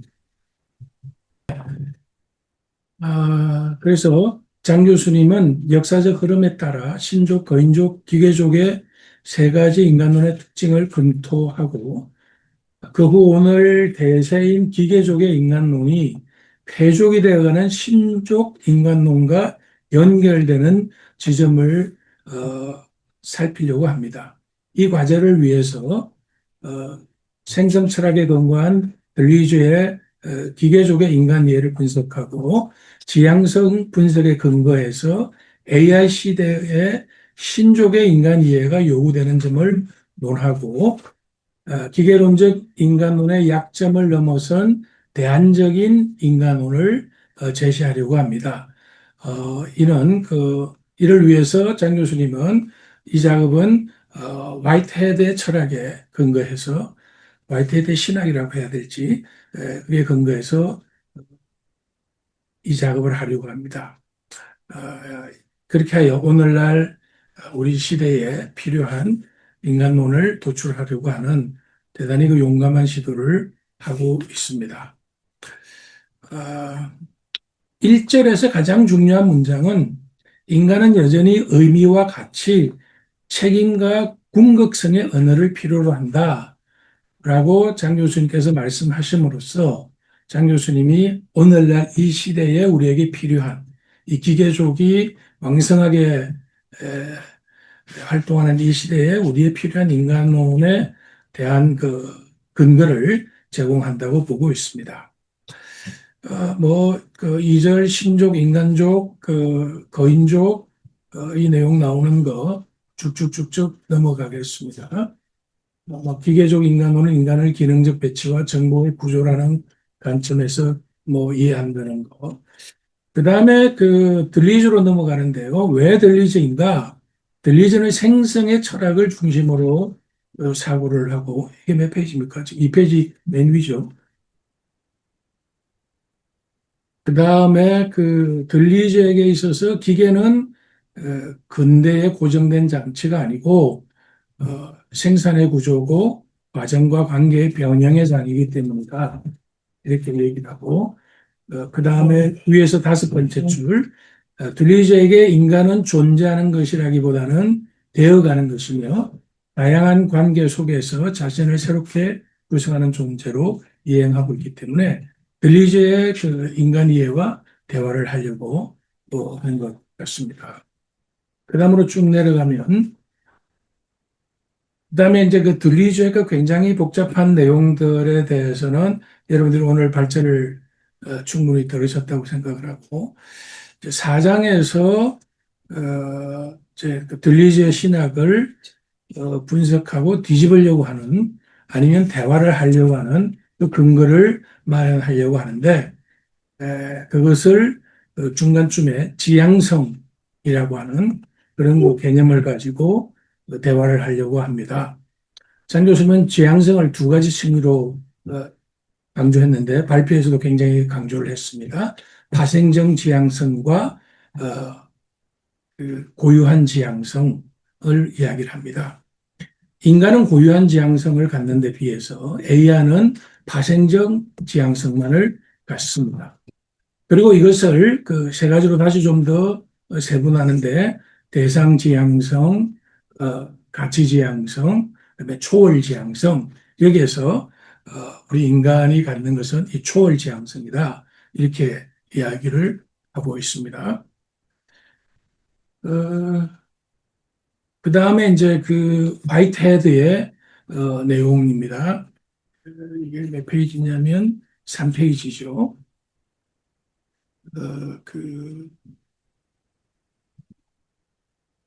장 교수님께서 그 설명하는 내용을 제가 그 생각을 해보면 위에서 다섯 번째 줄 인간은 한편으로 몸의 조건, 기억의 흔적, 사회적 구조, 타인에게서 받은 상처 등 과거의 조건과 인과적 이건 그냥 장 교수님이 그걸 그대로 따온 겁니다. 그래서 인간은 절대적 자율의 준체가 아니다. 다른 한편으로 주체적 지향을 통해 자신의 삶을 통합하고 새로운 가능성을 향해 나아간다. 그 다음에 밑으로 내려가서 장 교수님은 말한다. 합생은 과거의 세계의 자료들이 단순히 누적되는 것이 아니라 하나의 현재적 주체가 그것들을 자기 방식으로 통합하면서 스스로의 결단으로 삶의 방향을 잡고 형성해 나가는 과정이다. 이렇게 이야기를 하고, 장 교수님은 이를 설명하기 위해서 두 개의 또 다른 어려운 용어를 가져오는데, 그것은 여러 가능성 중 무엇이 더 좋은지 선택하고 그 방향으로 자신을 조직하는 주체적 지향성, 그리고 이 주체적 지향성은 바로 Initial Ideal Aim에서 오고, 이것은 신이 우리에게 제시하는 것이다. 이렇게 이야기를 하고 있습니다. 장 교수, 그 다음에 이제 결론으로 갑니다. 장 교수님은 오늘의 인간이 전통적 종교가 말하는 의미의 인간도 아니고, 그렇다고 완전한 기계적 존재도 아닌 중간 시대의 인간이라고 주장을 하십니다. AI 시대의 인간론은 인간의 자연적 기술적 조건을 인정하면서도 동시에 인간이 가치와 의미 그리고 궁극적 목적을 지향하는 존재라는 사실을 함께 설명해야 한다고 합니다. 이러한 종합적 인간 이해 속에서 신학은 탈종교적 시대 이후에도 여전히 의미 있는 인간론을 제시하시리라고 생각을 합니다. 장 교수님의 이 내용들은 우리에게 많은 도전을 주고 새로운 시대에서 우리가 알지 못하는 사람들이 어떻게 농의하고 있는가 하는 이런 내용들을 굉장히 잘 알려준다고 생각합니다. 그런데 장 교수님에 대해서 제가 그냥 평자로서 임무를 다해야 되니까 첫째, 장 교수님의 논문에 대해서 질문을 드리고 싶은 것은 장 교수님은 인간의 초월적 지향성을 기계와의 차별점으로 제시하셨습니다. 그러나 평자가 속해 있는 칼빈의 전통의 입장에서 볼 때 인간의 초월 지향성은 인간의 내면적 자율적 역량이 아니고 하나님의 형상에서부터 전해온다고 씁니다. 창조주에 의해서 우리에게 심겨진 신인식의 씨앗이 바로 그러한 내용을 준다고 생각을 합니다. 따라서 인간의 독특성은 목적을 설정하는 능력이 아니라 하나님의 부르심에 응답하는 그런 언약적 관계성에서 찾아야 된다고 생각을 합니다.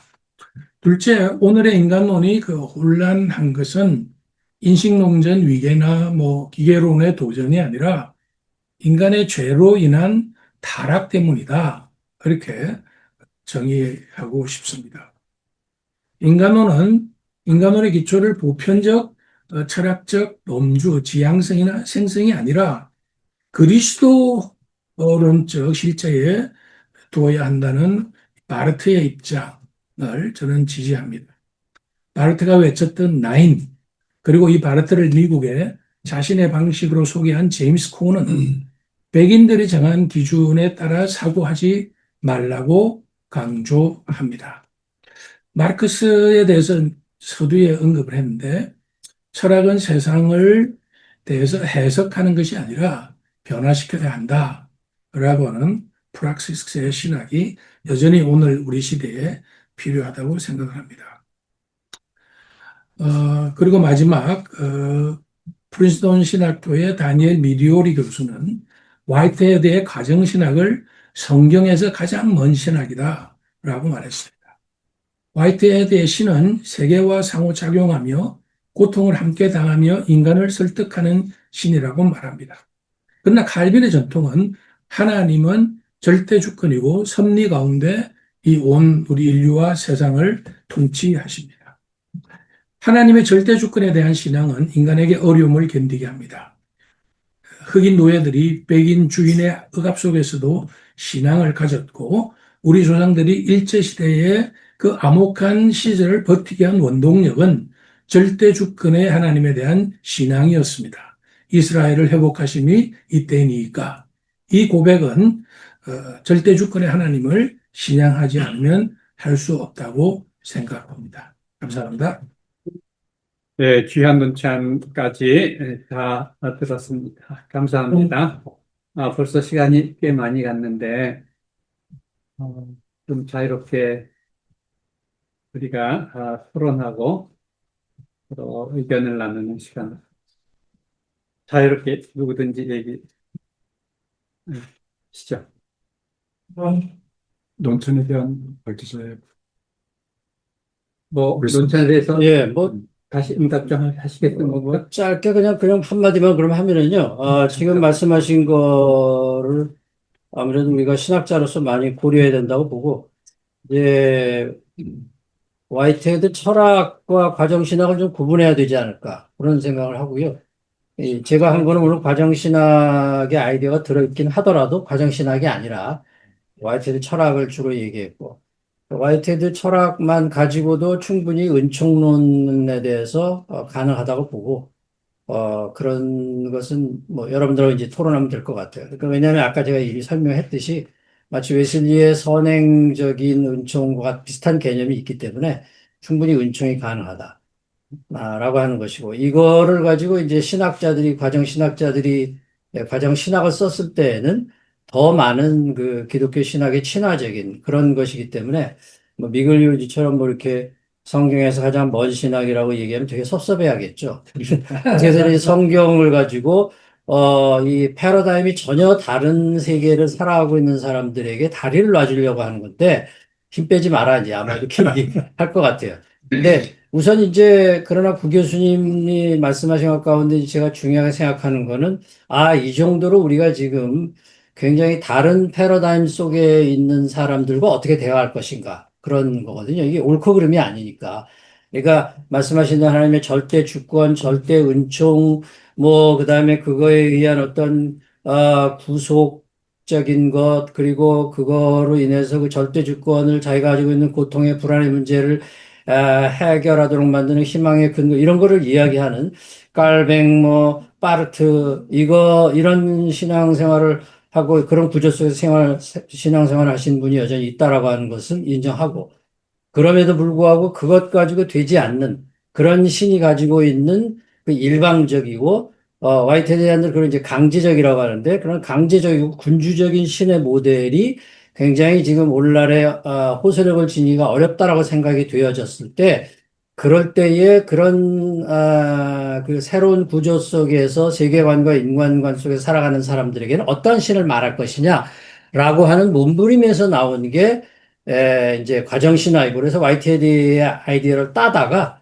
이제 그런 식으로 과정신학이 많이 개발을 한 게 있죠. 그래서 거기에도 죄가 있고 뭐 은총도 있고 다 있습니다. 뭐 그게 신학이니까요. 과정신학책 여기도 보면 많이 꽂혀 있는데 보면 쭉 그런 아이디어들이 나오는데, 문제는 이제 그런 신학을 어떻게 이해하느냐가 문제인데, 왜냐하면 이게 패러다임이 다르니까.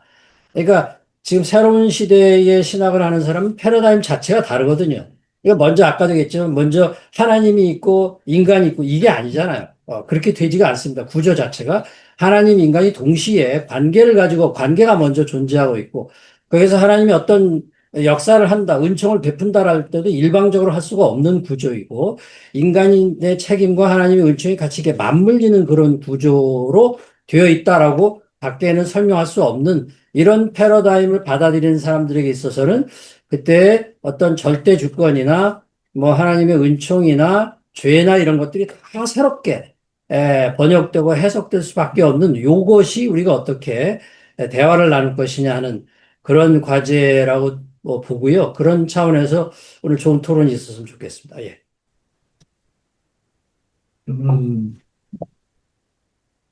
좋은 말씀 많이 들었고 새로운 개념으로 인간론을 해석을 하셔서 이런 걸 배웠습니다.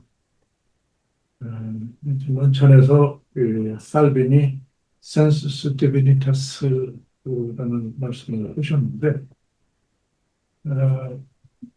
좋은 옛날 사람이지만 좋은 생각을 했다고 생각을 하고요. 근데 이제 뭐 이니셜 에임을 우리가 쫓아가고 지향성이 있고 이런 것도 중요하지만, 인간이 저는 들레즈가 얼마만큼 이 과학 세계에 깊이 들어갔는지 모르겠는데, 일단 기계적 인간론이라는 것 자체에 대해서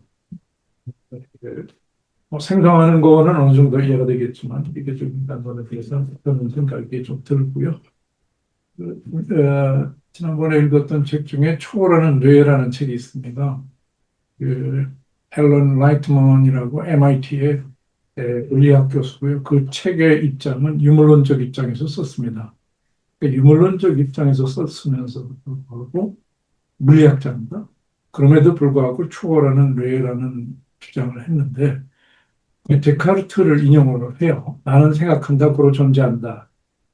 근데 이제 나가 이 화학물질로 구성이 되어 있지만 원자와 이 화학물질로 구성이 되어 있지만 나가 존재하고 뇌가 나와 의식의 관계를 활용을 해서 그 초월적 집행의 세계를 섭렵하고 공명하는 그런 차원이 있다 이렇게 이제 주장을 하는데 그러면서도 자기는 아, 유물론자의 본질을 안 넘어서요. 그러면서도 이제 영적 유물론자라고 자기도 그렇게 얘기를 합니다. 그래서 제가 지금 쓰고 있는 논문이 영적 스트레스라는 거를 쓰고 있는데 영적 스트레스라는 거는 이제 내신 인지과학이나 내신경과학에서 그 종교에 대해서 진화 생물학에서 본진화 심리학에서 연구를 많이 했더라고요.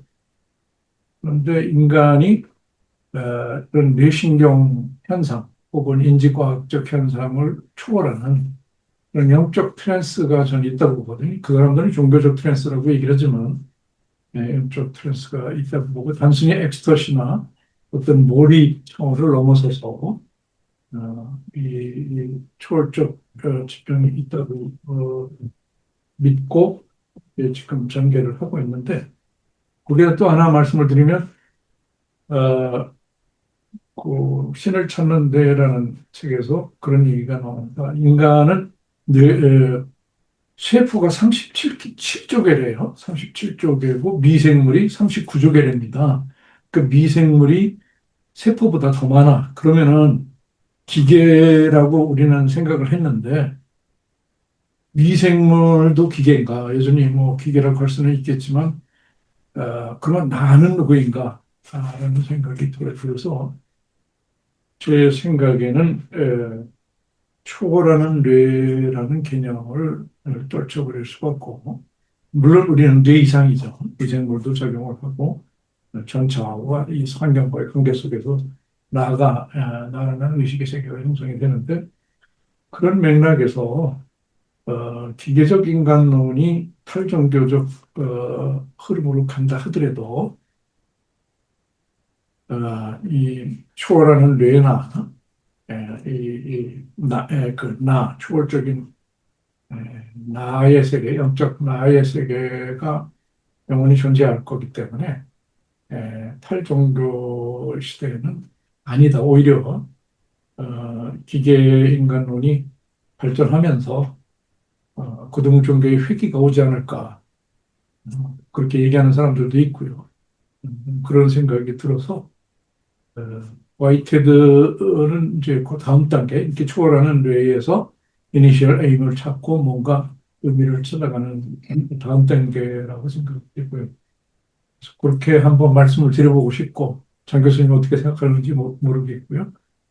그다음에 이제 기계가 창의성이 없느냐 있느냐라고 이제 늘 얘기들이 많은데 커스웨일이 여기도 저기 있더라고요. 인용을 하셨는데 특이점이 더 가까이 마침내 특이점이 온다라는 거를 번역이 됐는데 거기서는 AI가 창의성이 있는 거로 보고 있습니다.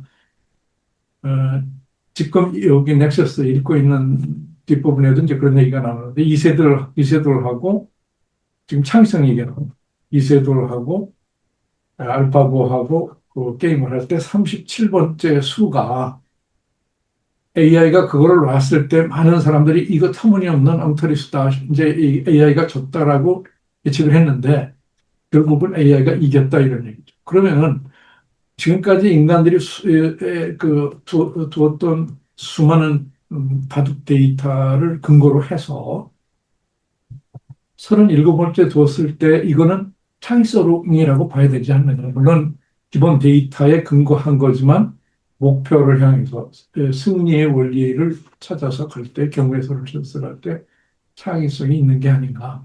인간처럼 어떤 그런 그 의식의 세계에서 완전한 창의성이라고 할 수는 없지만, 그래서 뭐 슈퍼 AI가 오면은 더 창의성이 많아질 거라고 보고요. 그러나 이제 의식은 저는 없다고 보고요. 의식은 헬러즈가 얘기한 것처럼 양자의 본질을 가지고 있다고 보고요. 그래서 아직 AI 디지털은 양자를 관리할 수 있는 단계가 아니기 때문에 의식은 영원히 갖기 어려울 거다. 저는 그렇게 생각이 되는데 어떻든 그 차이점은 그렇게 말씀을 드리고 초월하는 왜 나가 종교성을 유지시키고 종교는 영원하게 될 것 같다는 얘기만 참 얘기가 좀 길어진 것 같은데 이사님. 그 AI 창의성에 관해서 네. AI가 인간이 볼 땐 창의적으로 보이긴 하지만 네. 결국은 그 여러 개의 논리적인 단계를 많이 생각해서 멀리 것을 가져와서 인간이 볼 땐 진짜 새롭고 과거와 관련성이 없는 것 같이 보이지만 AI 자체의 논리 속에서 보면 결국은 그 과정에서 필요한 걸 가져왔을 뿐이 아닌가. 그런 점에서 기계적이다 라는 말이 역시 그걸 떠날 수 없지 않을까 하는 그런 생각이 들어요. 패턴을 벗어나지 못하니까. 그리고 이제 이게 그러니까 이제 디짓을 넘어서서 이게 이제 패턴을 감지하더라고요. 그러니까 메타인지라고 해서 문장 자체를 우리가 인지하는 거, AI가 인지할 뿐만이 아니라 문장하고 문장 사이에 있는 의미도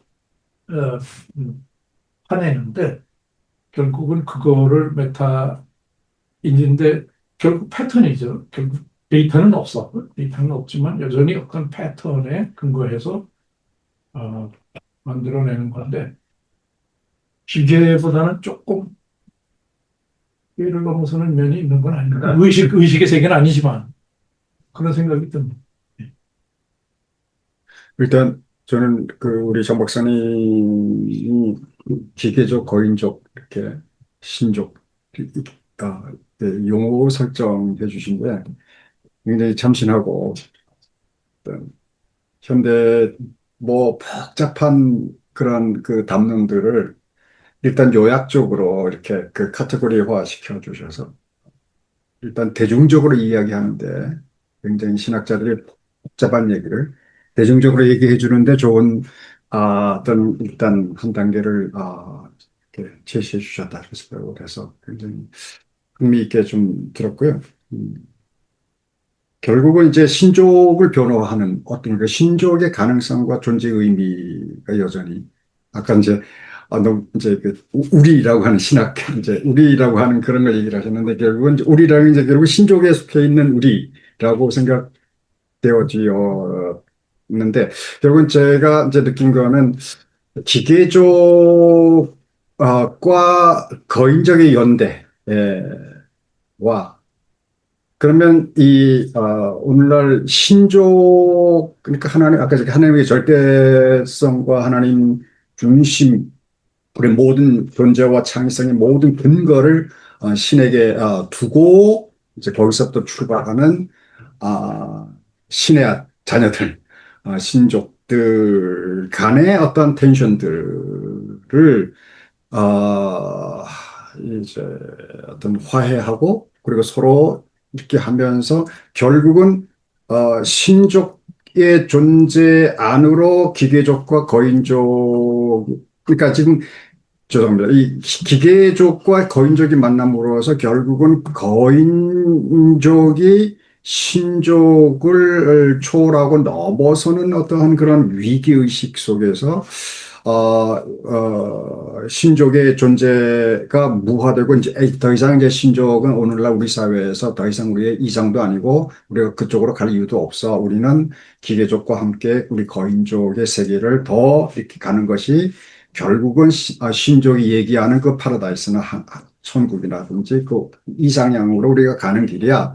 그러니까 우리 신족이 하고 있는 일이 무의미해지고 이게 쉽게 말해서 선교도 안 되고 더 이상 교회는 이제 필요 없고 신앙도 그렇고 하라고 하는 위기, 이거를 변호하기 위한 하나의 이게 기제로 오늘 대화가 이끌어져 가는 것인지, 아니면 좀 더 그 의도를, 논문의 최종적인 그 의도를 조금 더 알고 싶은 그런 생각이 좀 들어요. 그냥 병렬로 그렇게 해가지고 단순히 그 대화적인 것으로 논문을 마치려고 소개하는 것인지, 그래서 대화를 시작해 보자라고 하는 것인지, 아니면 조금 더 변호해서 거인적으로 가는 것은 더 이상 우리가 막을 수가 없지만, 그러나 궁극적으로 이것으로 향해 가야 된다라고 하는 것을 변호하시려고 하는 거죠. 선교적 차원에서. 감사합니다. 질문을 다 받고 대답하시면 네, 그렇게 하십시오. 순서대로. 네, 네. 저는 아까 말씀하신 것처럼 신족, 수교족, 원인족 하는 그 언어 자체가 굉장히 낯설었습니다. 이 내용을 이렇게 보면은 신족 같은 경우는 우리가 얘기하는 신학적 인간론에 굉장히 유사한 거, 그 다음에 기계적 이쪽은 이제 18세기 이후에 우리 소위 말하는 이제 기계적 인간론이라고 하는 그거에 가깝고, 인적은 이제 AI 시대의 인간 이해를 하려고 하는 그런 측면이 아닌가. 근데 용어에서 오는 낯설음이 굉장히 있어가지고 처음에 논문을 딱 읽으면서 굉장히 거부 반응이 많이 있었습니다. 낯선 언어라서. 물론 이제 거기에 각주 달아주셔가지고서 이제 그래서 그걸 찾아오긴 했습니다만. 저는 이제 교수님께서 그 중간 시대의 인간의 특징으로서 이제 지향성을 말씀하셨는데, 특히 이제 초월적 중요성을 말씀하시는데, 우리 논찬자의 그 논찬과 관련해서 제가 이제 그 지향성의 근원이 어디인가라는 것을 한번 생각해 봤습니다. 첫째로 얘기한다면 그것이 하나님의 형상으로 신에 의해서 주어진 것이냐, 아니면 칼라노나 이런 초월 신학에서 얘기하는 것처럼 종교적 성성으로 인간이 이미 가지고 있는 것인지, 예, 아니면 지금 여기서 비둘기도 나오고 그랬습니다만은 생성 과정으로 주어진 것인지, 생성된 것인지, 그러니까 신에 주신 건지, 아니면 가지고 있는 건지, 아니면 생성된 건지, 이제 그것이 이제 저한테는 굉장히 궁금했고요. 그게 하나의 키포인트가 되니까. 또 한 가지는 초월적 지향성과 관련해서 이제 인간이 추구해야 할 가치와 목적, 이건 이제 신이 주는 거로, 대상에 의해서 주어지는 것이다, 이렇게 말씀하셨는데요. 여기서는 그 인간, 초월적 지향성이 추구하려고 하는 가치, 의미, 목적이 무엇인지, 그것이 명확하게 설명되지 않은 것 같아서, 그것이 좀 주어질 때, 나머지 그 지향성이 추구하려고 하는 그 의미와 관련해서 더 명확하지 않을까, 이런 생각이 들었습니다. 저도 그 유명한 교수님하고 비슷한 생각을 해요. 일단 제목이 중간 시대라고 이제 제일 먼저 올려주셨는데, 그러면 이제 우리가 살고 있는 현 시대는 형이상학적인 혹은 신족적인 어떤 이런 시대로부터 그 다음에 기계적으로 향해 가는 그 중간이라고 말씀하시는 거죠. 근데 이제 이 논문의 논리나 이런 걸 보면은 결국은 가야 하는 것은 신족의 어떤 인간론과 거인족의 인간론, 그다음에 거기 또 기계적인 인간론적인 요소들도 섞여 있겠죠. 그런 것들이 잘 조화와 균형을 이루면서 서로의 그 단점들을 보완하고 장점들을 살려나가는 그런 시대로 나가야 한다고 말씀을 하셨는데, 그러나 현실은 결국은 기계적으로 나간다고 보는 것입니다. 그래서 중간 시대보다는 오히려 지금 현재 우리가 사실은 실제로 이 세 가지 형태의 인간들이 서로 갈등도 일으키고 또 뭐 균형도 잡아나가고 서로 지금 혼조세를 이루고 있다 그럴까? 그런 시대가 아닌가. 그리고 앞으로 어떻게 나갈지는 잘 모르는 거 아닌가. 그렇다면은 중간 시대라는 말이 좀 적절할지 하는 그런 생각이 들었어요. 그래서 그런 걸 좀 의문점으로 제시하는 거고요. 결국 중요한 건 그 지향성인 것 같아요. 신족과 그다음에 거인족과 또 기계족. 근데 기계족에는 지향성이라기보다는 그냥 그 기계적인 논리와 인과관계에 의해서 그냥 가는 거고, 그리고 기계족인 인간은 결국 거기 순응해서 그냥 따라가는 것일 뿐이다. 어떤 가치나 어떤 지향성이나 궁극적인 어떤 에임이나 이런 것이 이제 없는 인간. 상당히 단순하고 일차원적이라고도 말할 수 있고, 마르크스에 의해서. 또는 현실 논리에 그냥 충실한 인간. 욕망이라든지, 또 자기 안에 일어나는 불안을 잠재우거나 하는 이런 방식으로만 살아가는 그런 기계적인 인간인 것 같고, 그 거인족의 지향성과 신족의 지향성의 그 차이가 결국은 들레주도 얘기하면서 말씀하신 게 이제 자기 초월의 능력을 말씀하시는데 그 초월성이라는 점에서 신족의 초월성과 들레주가 말하는 거인족의 성격을 가진 그런 인간관에서의 초월성이 어떻게 다른지가 좀 분명하지가 않은 것 같은 느낌이 들었어요. 제가 잘 이해가 모자랐을 수도 있고요. 그다음에 이제 신족의 인간론에서 좀 신족 인간론이 단순히 화이트헤드 정도 갖고 얘기했는데 아까 그 칼뱅 얘기도 했습니다만은 그거보다 훨씬 풍부하고 깊이 있는 내용들이 많고 어인족의 인간론과 만나는 공통적인 점들도 많고 뭐 그런데 그런 것들이 좀 더 정밀하게 좀 더 자세하게 좀 논구되었으면 더 좋지 않았을까 하는 생각이 들고요. 그다음에 이제 아까 좀 연관되는 얘기인데 시간을 이제 흐름으로 보고 그다음에 그것도 우연적인 것들이 계속 주어지는 것들의 흐름이다. 그러면 인간은 그런 우연적인 흐름들이 부작위적으로 이제 일어나는 그런 현실을 적응해 나가는 인간이냐, 받아들이고 적응하고 하는 인간이냐 하는 이 시간 플러스 인간에 이제 좀 들어가야 될 것 같아요. 그럼 그렇다면 이제 시간을 살아가는 인간이 된다고 표현할 수가 있겠죠. 어떻게 사느냐 이건 또 좀 부차적인 문제고. 그러나 역사라는 개념을 또 우리가 생각해 보면 역사는 우연적으로 주어지는 시간 속에서 그 집단이거나 개인이 어떤 일정한 방식으로 늘 대응해서 만들어 나가는 현실을 역사라고 볼 것 같아요. 거기는 말하자면 아까 말씀드린 주체적인 어떤 이런 것들 지향성이 거기 들어가겠죠. 그 다음에 또 자유도 들어가겠죠.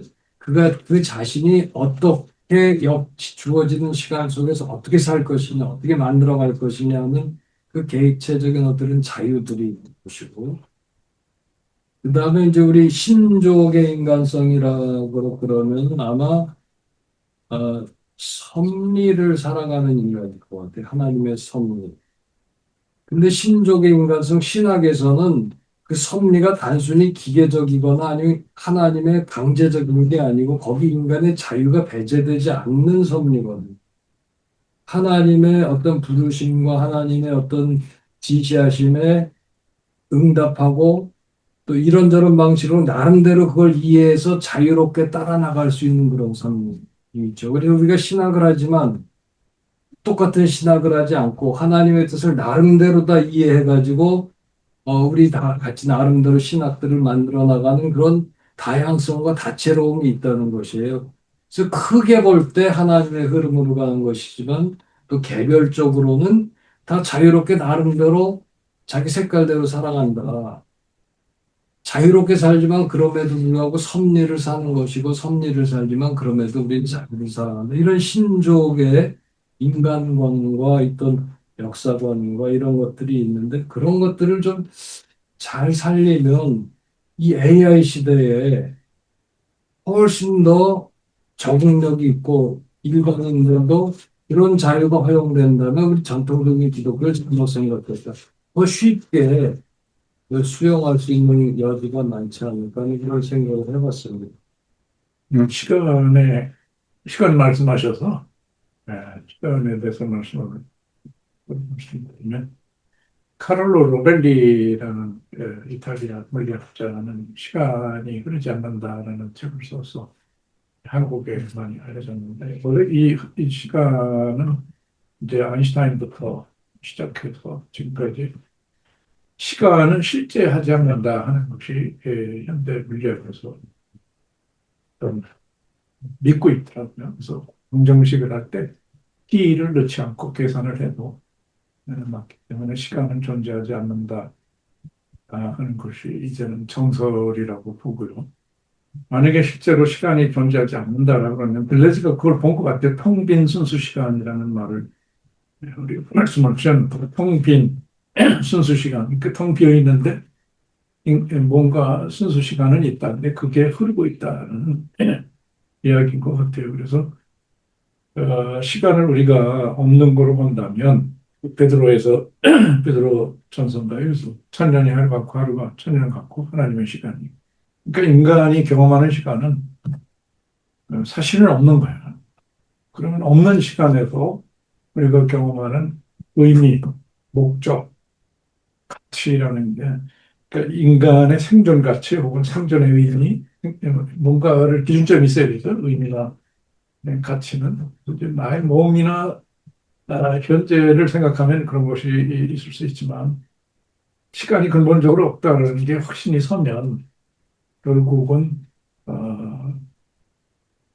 센서스 디비니타스라고 말씀하셨는데 그 초월적 지평 말고는 우리가 현실적으로 의미를 부여할 수 있는 게 있을 수 있을까? 시간이 존재하지 않는다면 이제 그래서 초월적 지평이 프라이어리티를 갖는 게 아닐까 이런 생각이 들고요. 그래서 더 종교적인 지평이 열릴 수 있다 이런 생각이 들고요.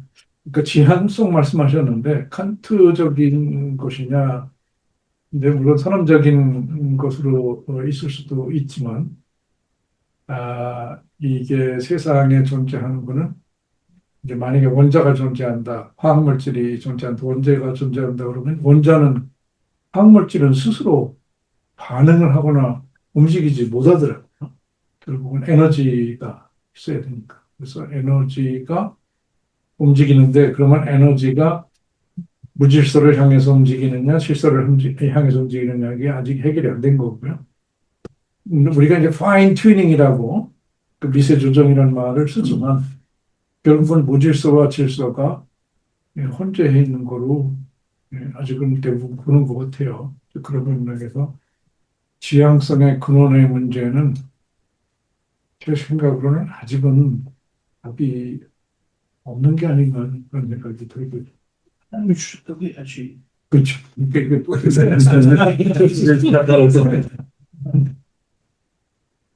맞습니다. 이마고대 얘기하면 이제 또 복잡한 문제가 많이 나온 것 같습니다. 그것을 이제 전통적으로 속성으로 봤잖아요. 창조성이라든가 지향성, 성 이런 걸로 봤는데 지금 몰트만 같은 경우는 좀 다르게 보는 것 같습니다. 그것이 우리 인간 안에 있는 어떤 속성이보다는 추구해야 할 어떤 삶의 삶이라 그런 식으로 또 해석하는 경우도 있습니다. 그래서 제가 아까 궁금한 거는 이제 지향성이라는 문제가 이 논문에서 굉장히 중요한 개념으로 부각이 되니까 또 중간 시대 인간의 특징이기도 하니까 그것이 주어진 건지 종교적 실험성을 가지고 있는 건지 아니면 생성되는 건지 과정 속에서 그게 저한테는 좀 궁금했던 겁니다. 그 마지막 거부터 하고 시간이 뭐 얼마나 남았는데 여기도 또 질문을 하셔야 될 것 같은데 지금 뭐 시간이 많이 갔네요. 묶어서 일일이 다 답변 드리기는 어려울 것 같고 패러다임 얘기로 제가 시작을 했으니까 그렇게 하는 게 좋을 것 같아요. 근데 여기서 제가 취급하고 있는 건 패러다임 자체가 굉장히 다른 거를 지금 소개하고 있기 때문에 그래서 그런 이질감이 든다라고 하는 건 뭐 당연하다고 보고요. 그거를 서로가 극복하는 게 대화가 아닐까요. 어저께인가 그저께 윌리엄 하버마스가 돌아갔는데 그 사람이 주장하는 것하고 비슷한 그런 길을 걸어가고 있어요. 이 화이트헤드나 최근에 하는 사람들은. 그러니까 지향성 하나만 가지고 얘기하더라도 지향성은 신에게서 주어지는 것이 아니다라는 거가 이미 깔려 있는 거죠. 왜냐하면 동물서부터 아니면 동물이 아니더라도 이 컵은 사실 아무런 지향성이 없죠. 그러나 얘도 잠재적으로 가지고 있다고 보는 거예요. 발휘가 안 될 뿐이지. 왜냐하면 이게 그냥 무기물 덩어리니까. 근데 얘가 이제 조금 발달해가지고 유기물이 되고 그게 이제 다시 또 세포가 되고 이러면서 지향성이 생겨나는 거예요. 그래서 아메바가 되면 뭔가를 향해서 이렇게 움직이려고 하는 빛을 향해서 지향성을 갖게 되고 그러면서 그게 포유류까지 오게 되면은 더 큰 지향성이 되는 거고 거기에 이제 인간이 등장하게 되면 이게 137억 년의 역사 동안에 모두가 지향성을 가지고 있는데 인간이 가지고 오면 인간의 단계에 오면 거기서부터 이제 독특한 지향성이 생겨나서 그때는 좋고 나쁜 것이라고 하는 것을 따지게 되고 그래서 가치를 따지게 되고 거기다 의미를 부여하게 되는 이런 식이죠. 근데 요때에 이제 신에 대해서 생각하게 되는 지향성이 생겨나는 거고 인간만이 가지고 있는 요 이전 단계 137억 년 동안 발달해온 이 모든 것에서 오로지 인간만이 초월이라고 하는 지향성에 대해서 가지고 있는 거라고 생각이 되어지는 거라서 이거는 방금 얘기한 대로 생성된 거가 팩트예요. 진화론적인 거에 따르면. 근데 그러면 왜 신학이냐라는 거죠. 신이 준 거 아닌가. 근데 그래서 얘기하는 것이 신에게서 주어졌다라는 거가 특권적으로 주어지고 이미 태어나면서 본질적으로 주어졌다는 얘기는 안 하더라도 그러나 우리 나름대로 기독교적인 그 옛날 표현을 쓴다라고 한다면 신의 형상이 우리 안에 있다라고 하는 게 바로 아까 이야기한 초기의 이상적인 그 아이디얼한 이상적인 목표를 향해서 달려가고자 하는 게 이상하게 인간에게만 있는 거예요. 이게 바로 신의 형상이라고 보는 거죠. 그게. 그러니까 신이 특권적으로 강제적으로 은총적으로 이렇게 딱 줘서 우리를 감옥에서 꺼내는 구속이 아니라 그런 게 아니라 우리로 하여금 우리 안에서 더 좋은 공동적인 선과 하나님이 주시는 어떤 마련하고 있는 어떤 보편적이고 그 아름답고 훌륭한 최고의 진리와 선이라고 하는 것을 추구하게끔 되어져 있는 우리의 이상한 구조. 이게 바로 우리가 가지고 있는, 그렇게 보면 그건 부여된 거죠. 왜냐하면 그거는, 인간만이 가지고 있는 독특한 거니까. 그래서 부여되었다라고도 생각이 될 수 있고, 생성한 것다라고 생각되어진다라고 이렇게 이중적으로 보자라고 하는 거. 그래서, 이 패러다임 자체가 항상 그래요. 그러니까 관계적으로 본다라고 하는 거는 항상 누가 특권을 가지고 있지 않아요. 신이 특권을 가지고 있지 않습니다. 신은 주권을 가지고 있어요. 주권을 가지고 있는데 신만이 가지고 있는 주권이 있는 것이고 인간만이 가지고 있는 주권이 있는 거라서 두 개가 말씀하신 대로 섭리와 책임이라고 하는 게 이 구조 속에서 이미 작동하고 있죠. 근데 신은 섭리라고 하는 주권을 가지고 있는 것이고 인간은 책임이라고 하는 주권을 가지고 있는 것이고 근데 여기서 그러면 특권적인 존재는 아무것도 없어요. 근데 특권이 신에게 있어서 어떤 게 특권이냐? 주권은 주권인데 먼저 우리들에게 작동하도록 하는 최고의 선을 그가 가지고 있고 파악하고 있고 알고 있다라고 하는 우리 인간은 그걸 모르잖아. 그 점에서 특권을 신은 가지고 있는 것이고 인간은 그걸 모르기 때문에 신께서 주신 그 공동선에 대해서 계속해서 알려고 하고 최고의 선이 무엇인지 그걸 향해서 나아가려고 하고 그거를 가지고 우리가 합의해서 그게 뭔지 찾아내가지고 결정을 하면 이 사회가 보다 좋아질 것이다라고 생각하면서 서로 이제 대화를 나누는 방향으로 이렇게 나아가는 것이 여기서 좀 이야기하려고 하는 구도가 아닌가 이렇게 생각하시면은 아까 이야기했던 모든 것들이 어느 정도 이렇게 정리되지 않을까 그런 생각을 해봅니다. 그렇게 되면 거의 다 답변이 될 것 같은데, 제 생각에. 그리고 저는 이게 이제, 기계족과 거인족과 신족은 계속해서 투쟁을 하리라고 봐요. 왜냐하면 이거는 그냥 인간에게 주어진 숙제니까. 인간은 자기가 생성되어졌으면서 더 높은 가치를 가지고 나아가면서 스스로가 뭔가 하려고 하기 때문에 거인족이 될 수밖에 없어요. 그리고 그것이 가지고 있는 거를 우리가 과학적으로 분해해보면 전부 기계적인 절차를 따라서 정보에 따라서 벌어지게 되기 때문에 기계적이에요. 그런데 그럼에도 불구하고 아까 이야기한 대로 우리 인간만이 가지고 있는 어떤 최고의 선을 찾아서 초월하려고 하는 그런 특성이 있기 때문에 그런 면에서 보면은 또 기계적으로 거인적으로 머물러서는 안 되는 그런 어떤 무엇이 있단 말이죠. 그래서 영원히 신족이 되기를 포기하지 않을 수 없는 것. 계속해서 우리는 신족으로 살아남을 수밖에 없는 그런 뭐가 있어요. 근데 오늘의 신학이나 전통적인 신학 가지고는 그런 신족의 이야기를 만족시킬 수 없다는 거죠. 왜냐하면 기계를 우선 거부했고, 기계는 안 된다. 유물도 거부했고, 그거 안 돼. 거인은 안 돼. 이렇게 해버렸거든요. 그렇게 하지 말자는 거죠. 셋이 어차피 같이 가는 거고, 오늘의 시대는 같이 갈 수밖에 없는 그런 시대에 접어들었으니까, 그걸 같이 대화시키면서 가되, 저는 그렇게 하지만, 그러나 신족에 대해서 무시하려고 하니까, 거인족들과 기계족들이, 뭐 우리가 기계족과 거인족을 무시했던 것처럼 이제는 그 반대급부로 계속해서 신족을 무시하는 게 오늘 팔종의 시대를 앞당기고 있으니까 그 사람들이 신족을 무시하는데 그러지 말아라. 신족이 너희들이 가지고 있는 기계족과 거인족이 해결하지 못하는 문제를 여전히 해결해 줄 수 있고 단지 그 신족이 이야기하는 방식을 우리가 물론 바꿔야지. 우리도 바꾸겠다. 너희들에게서 새로운 아이디어를 배워서 이렇게 하는 시도 중에 하나가 아닌가 저는 그렇게. 근데 반자연주의, 신실존주의 주장하는 여기 저 천국문헌에 그 마르크스 가브리엘이 네. 젊은 철학자인데 아주 명석하더라고요. 네. 그 부분은 활용을 안 하시고 속으로 그 아이디어가 여기 많이 들어갔죠. 들어갔어요? 예, 의미 추구라든지 뭐 제가 책도 인용했으니까. 그 사람은 근데 이제 저희하고 이게 독일의 최고 학자라서 지금 굉장히 뜨는데 조금 달라요. 그러니까 이 완전히. 과정 사상이나 생성을 되게 그 사람도 무시해요. 왜냐하면 이제 독일 철학자들은 결국은 인간 중심적이거든요.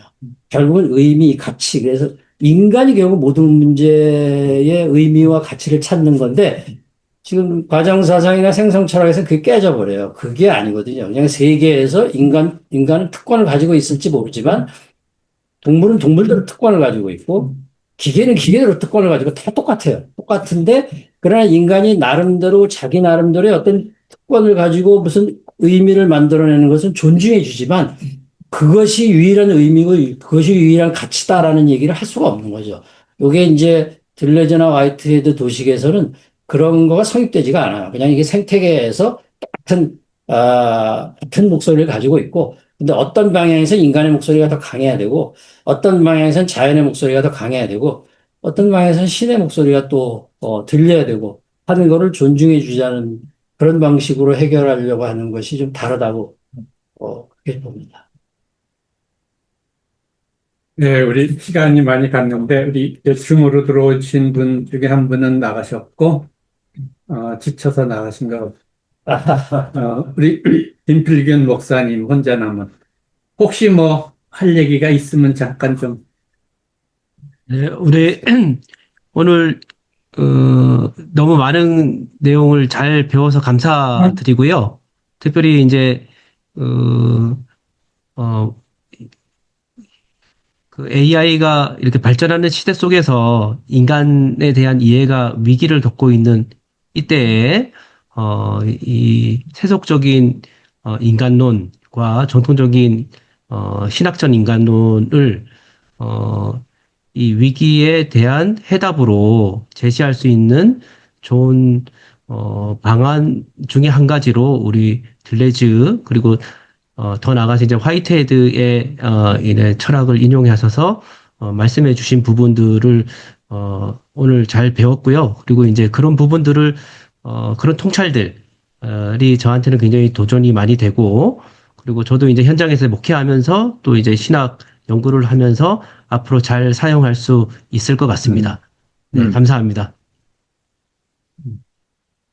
뭐 하실 말씀 꼭 하실 말씀 있으면. 네, 없으시면, 좀 마무리를 하면 좋겠습니다. 우리는 다 신족이잖아요. 그쵸? 우리는 다 신족이고, 우리는 맞아. 기계족하고 거인족은 이제 우리가 극복해야 되는 그러한 사람들인데, 그런데 이제, 오늘 강의를 통해서는 기계적과 거인적을 끌어안고 가는 신적, 그런 얘기를 할 수 있지 않겠나 그런 생각을 했고, 특히 이제 그 초월적 지향성이라는 개념이 이 논문에서 중요한 것 같습니다. 그리고 이 초월적 지향성 개념을 이제 화이트헤드의 Initial Ideal Aim하고 연결시킨 것 같고, 근데 이제 제 생각에는 이 Initial Ideal Aim이라는 거, 이 초월적 지향성이라는 게 우리 장 교수님도 얘기하셨지만은 이것이 하나의 생성 과정 속에서 형성된 그리고 종말론적으로 완성되어지는 하나님의 형상 개념이 아닌가. 이제 그런 생각을 저는 합니다. 그래서 어쨌든 이거를 이제 우리가 용어가 좀 틀리긴 하지만은 신학적으로 잘 우리가 수용해서 받아들일 수 있는 그런 개념이 아닌가 이런 생각을 합니다. 오늘 어쨌든 중간시대 인간론 우리 장항식 교수님 너무 귀한 논문 발표해 주셔서 감사드리고 또 우리 국춘서 교수님 귀한 논천 감사드립니다. 오늘 이 시간 여기서 마치겠습니다. 네, 감사합니다. 감사합니다. 선생님. 네, 들어가세요. 김 목사님. 네.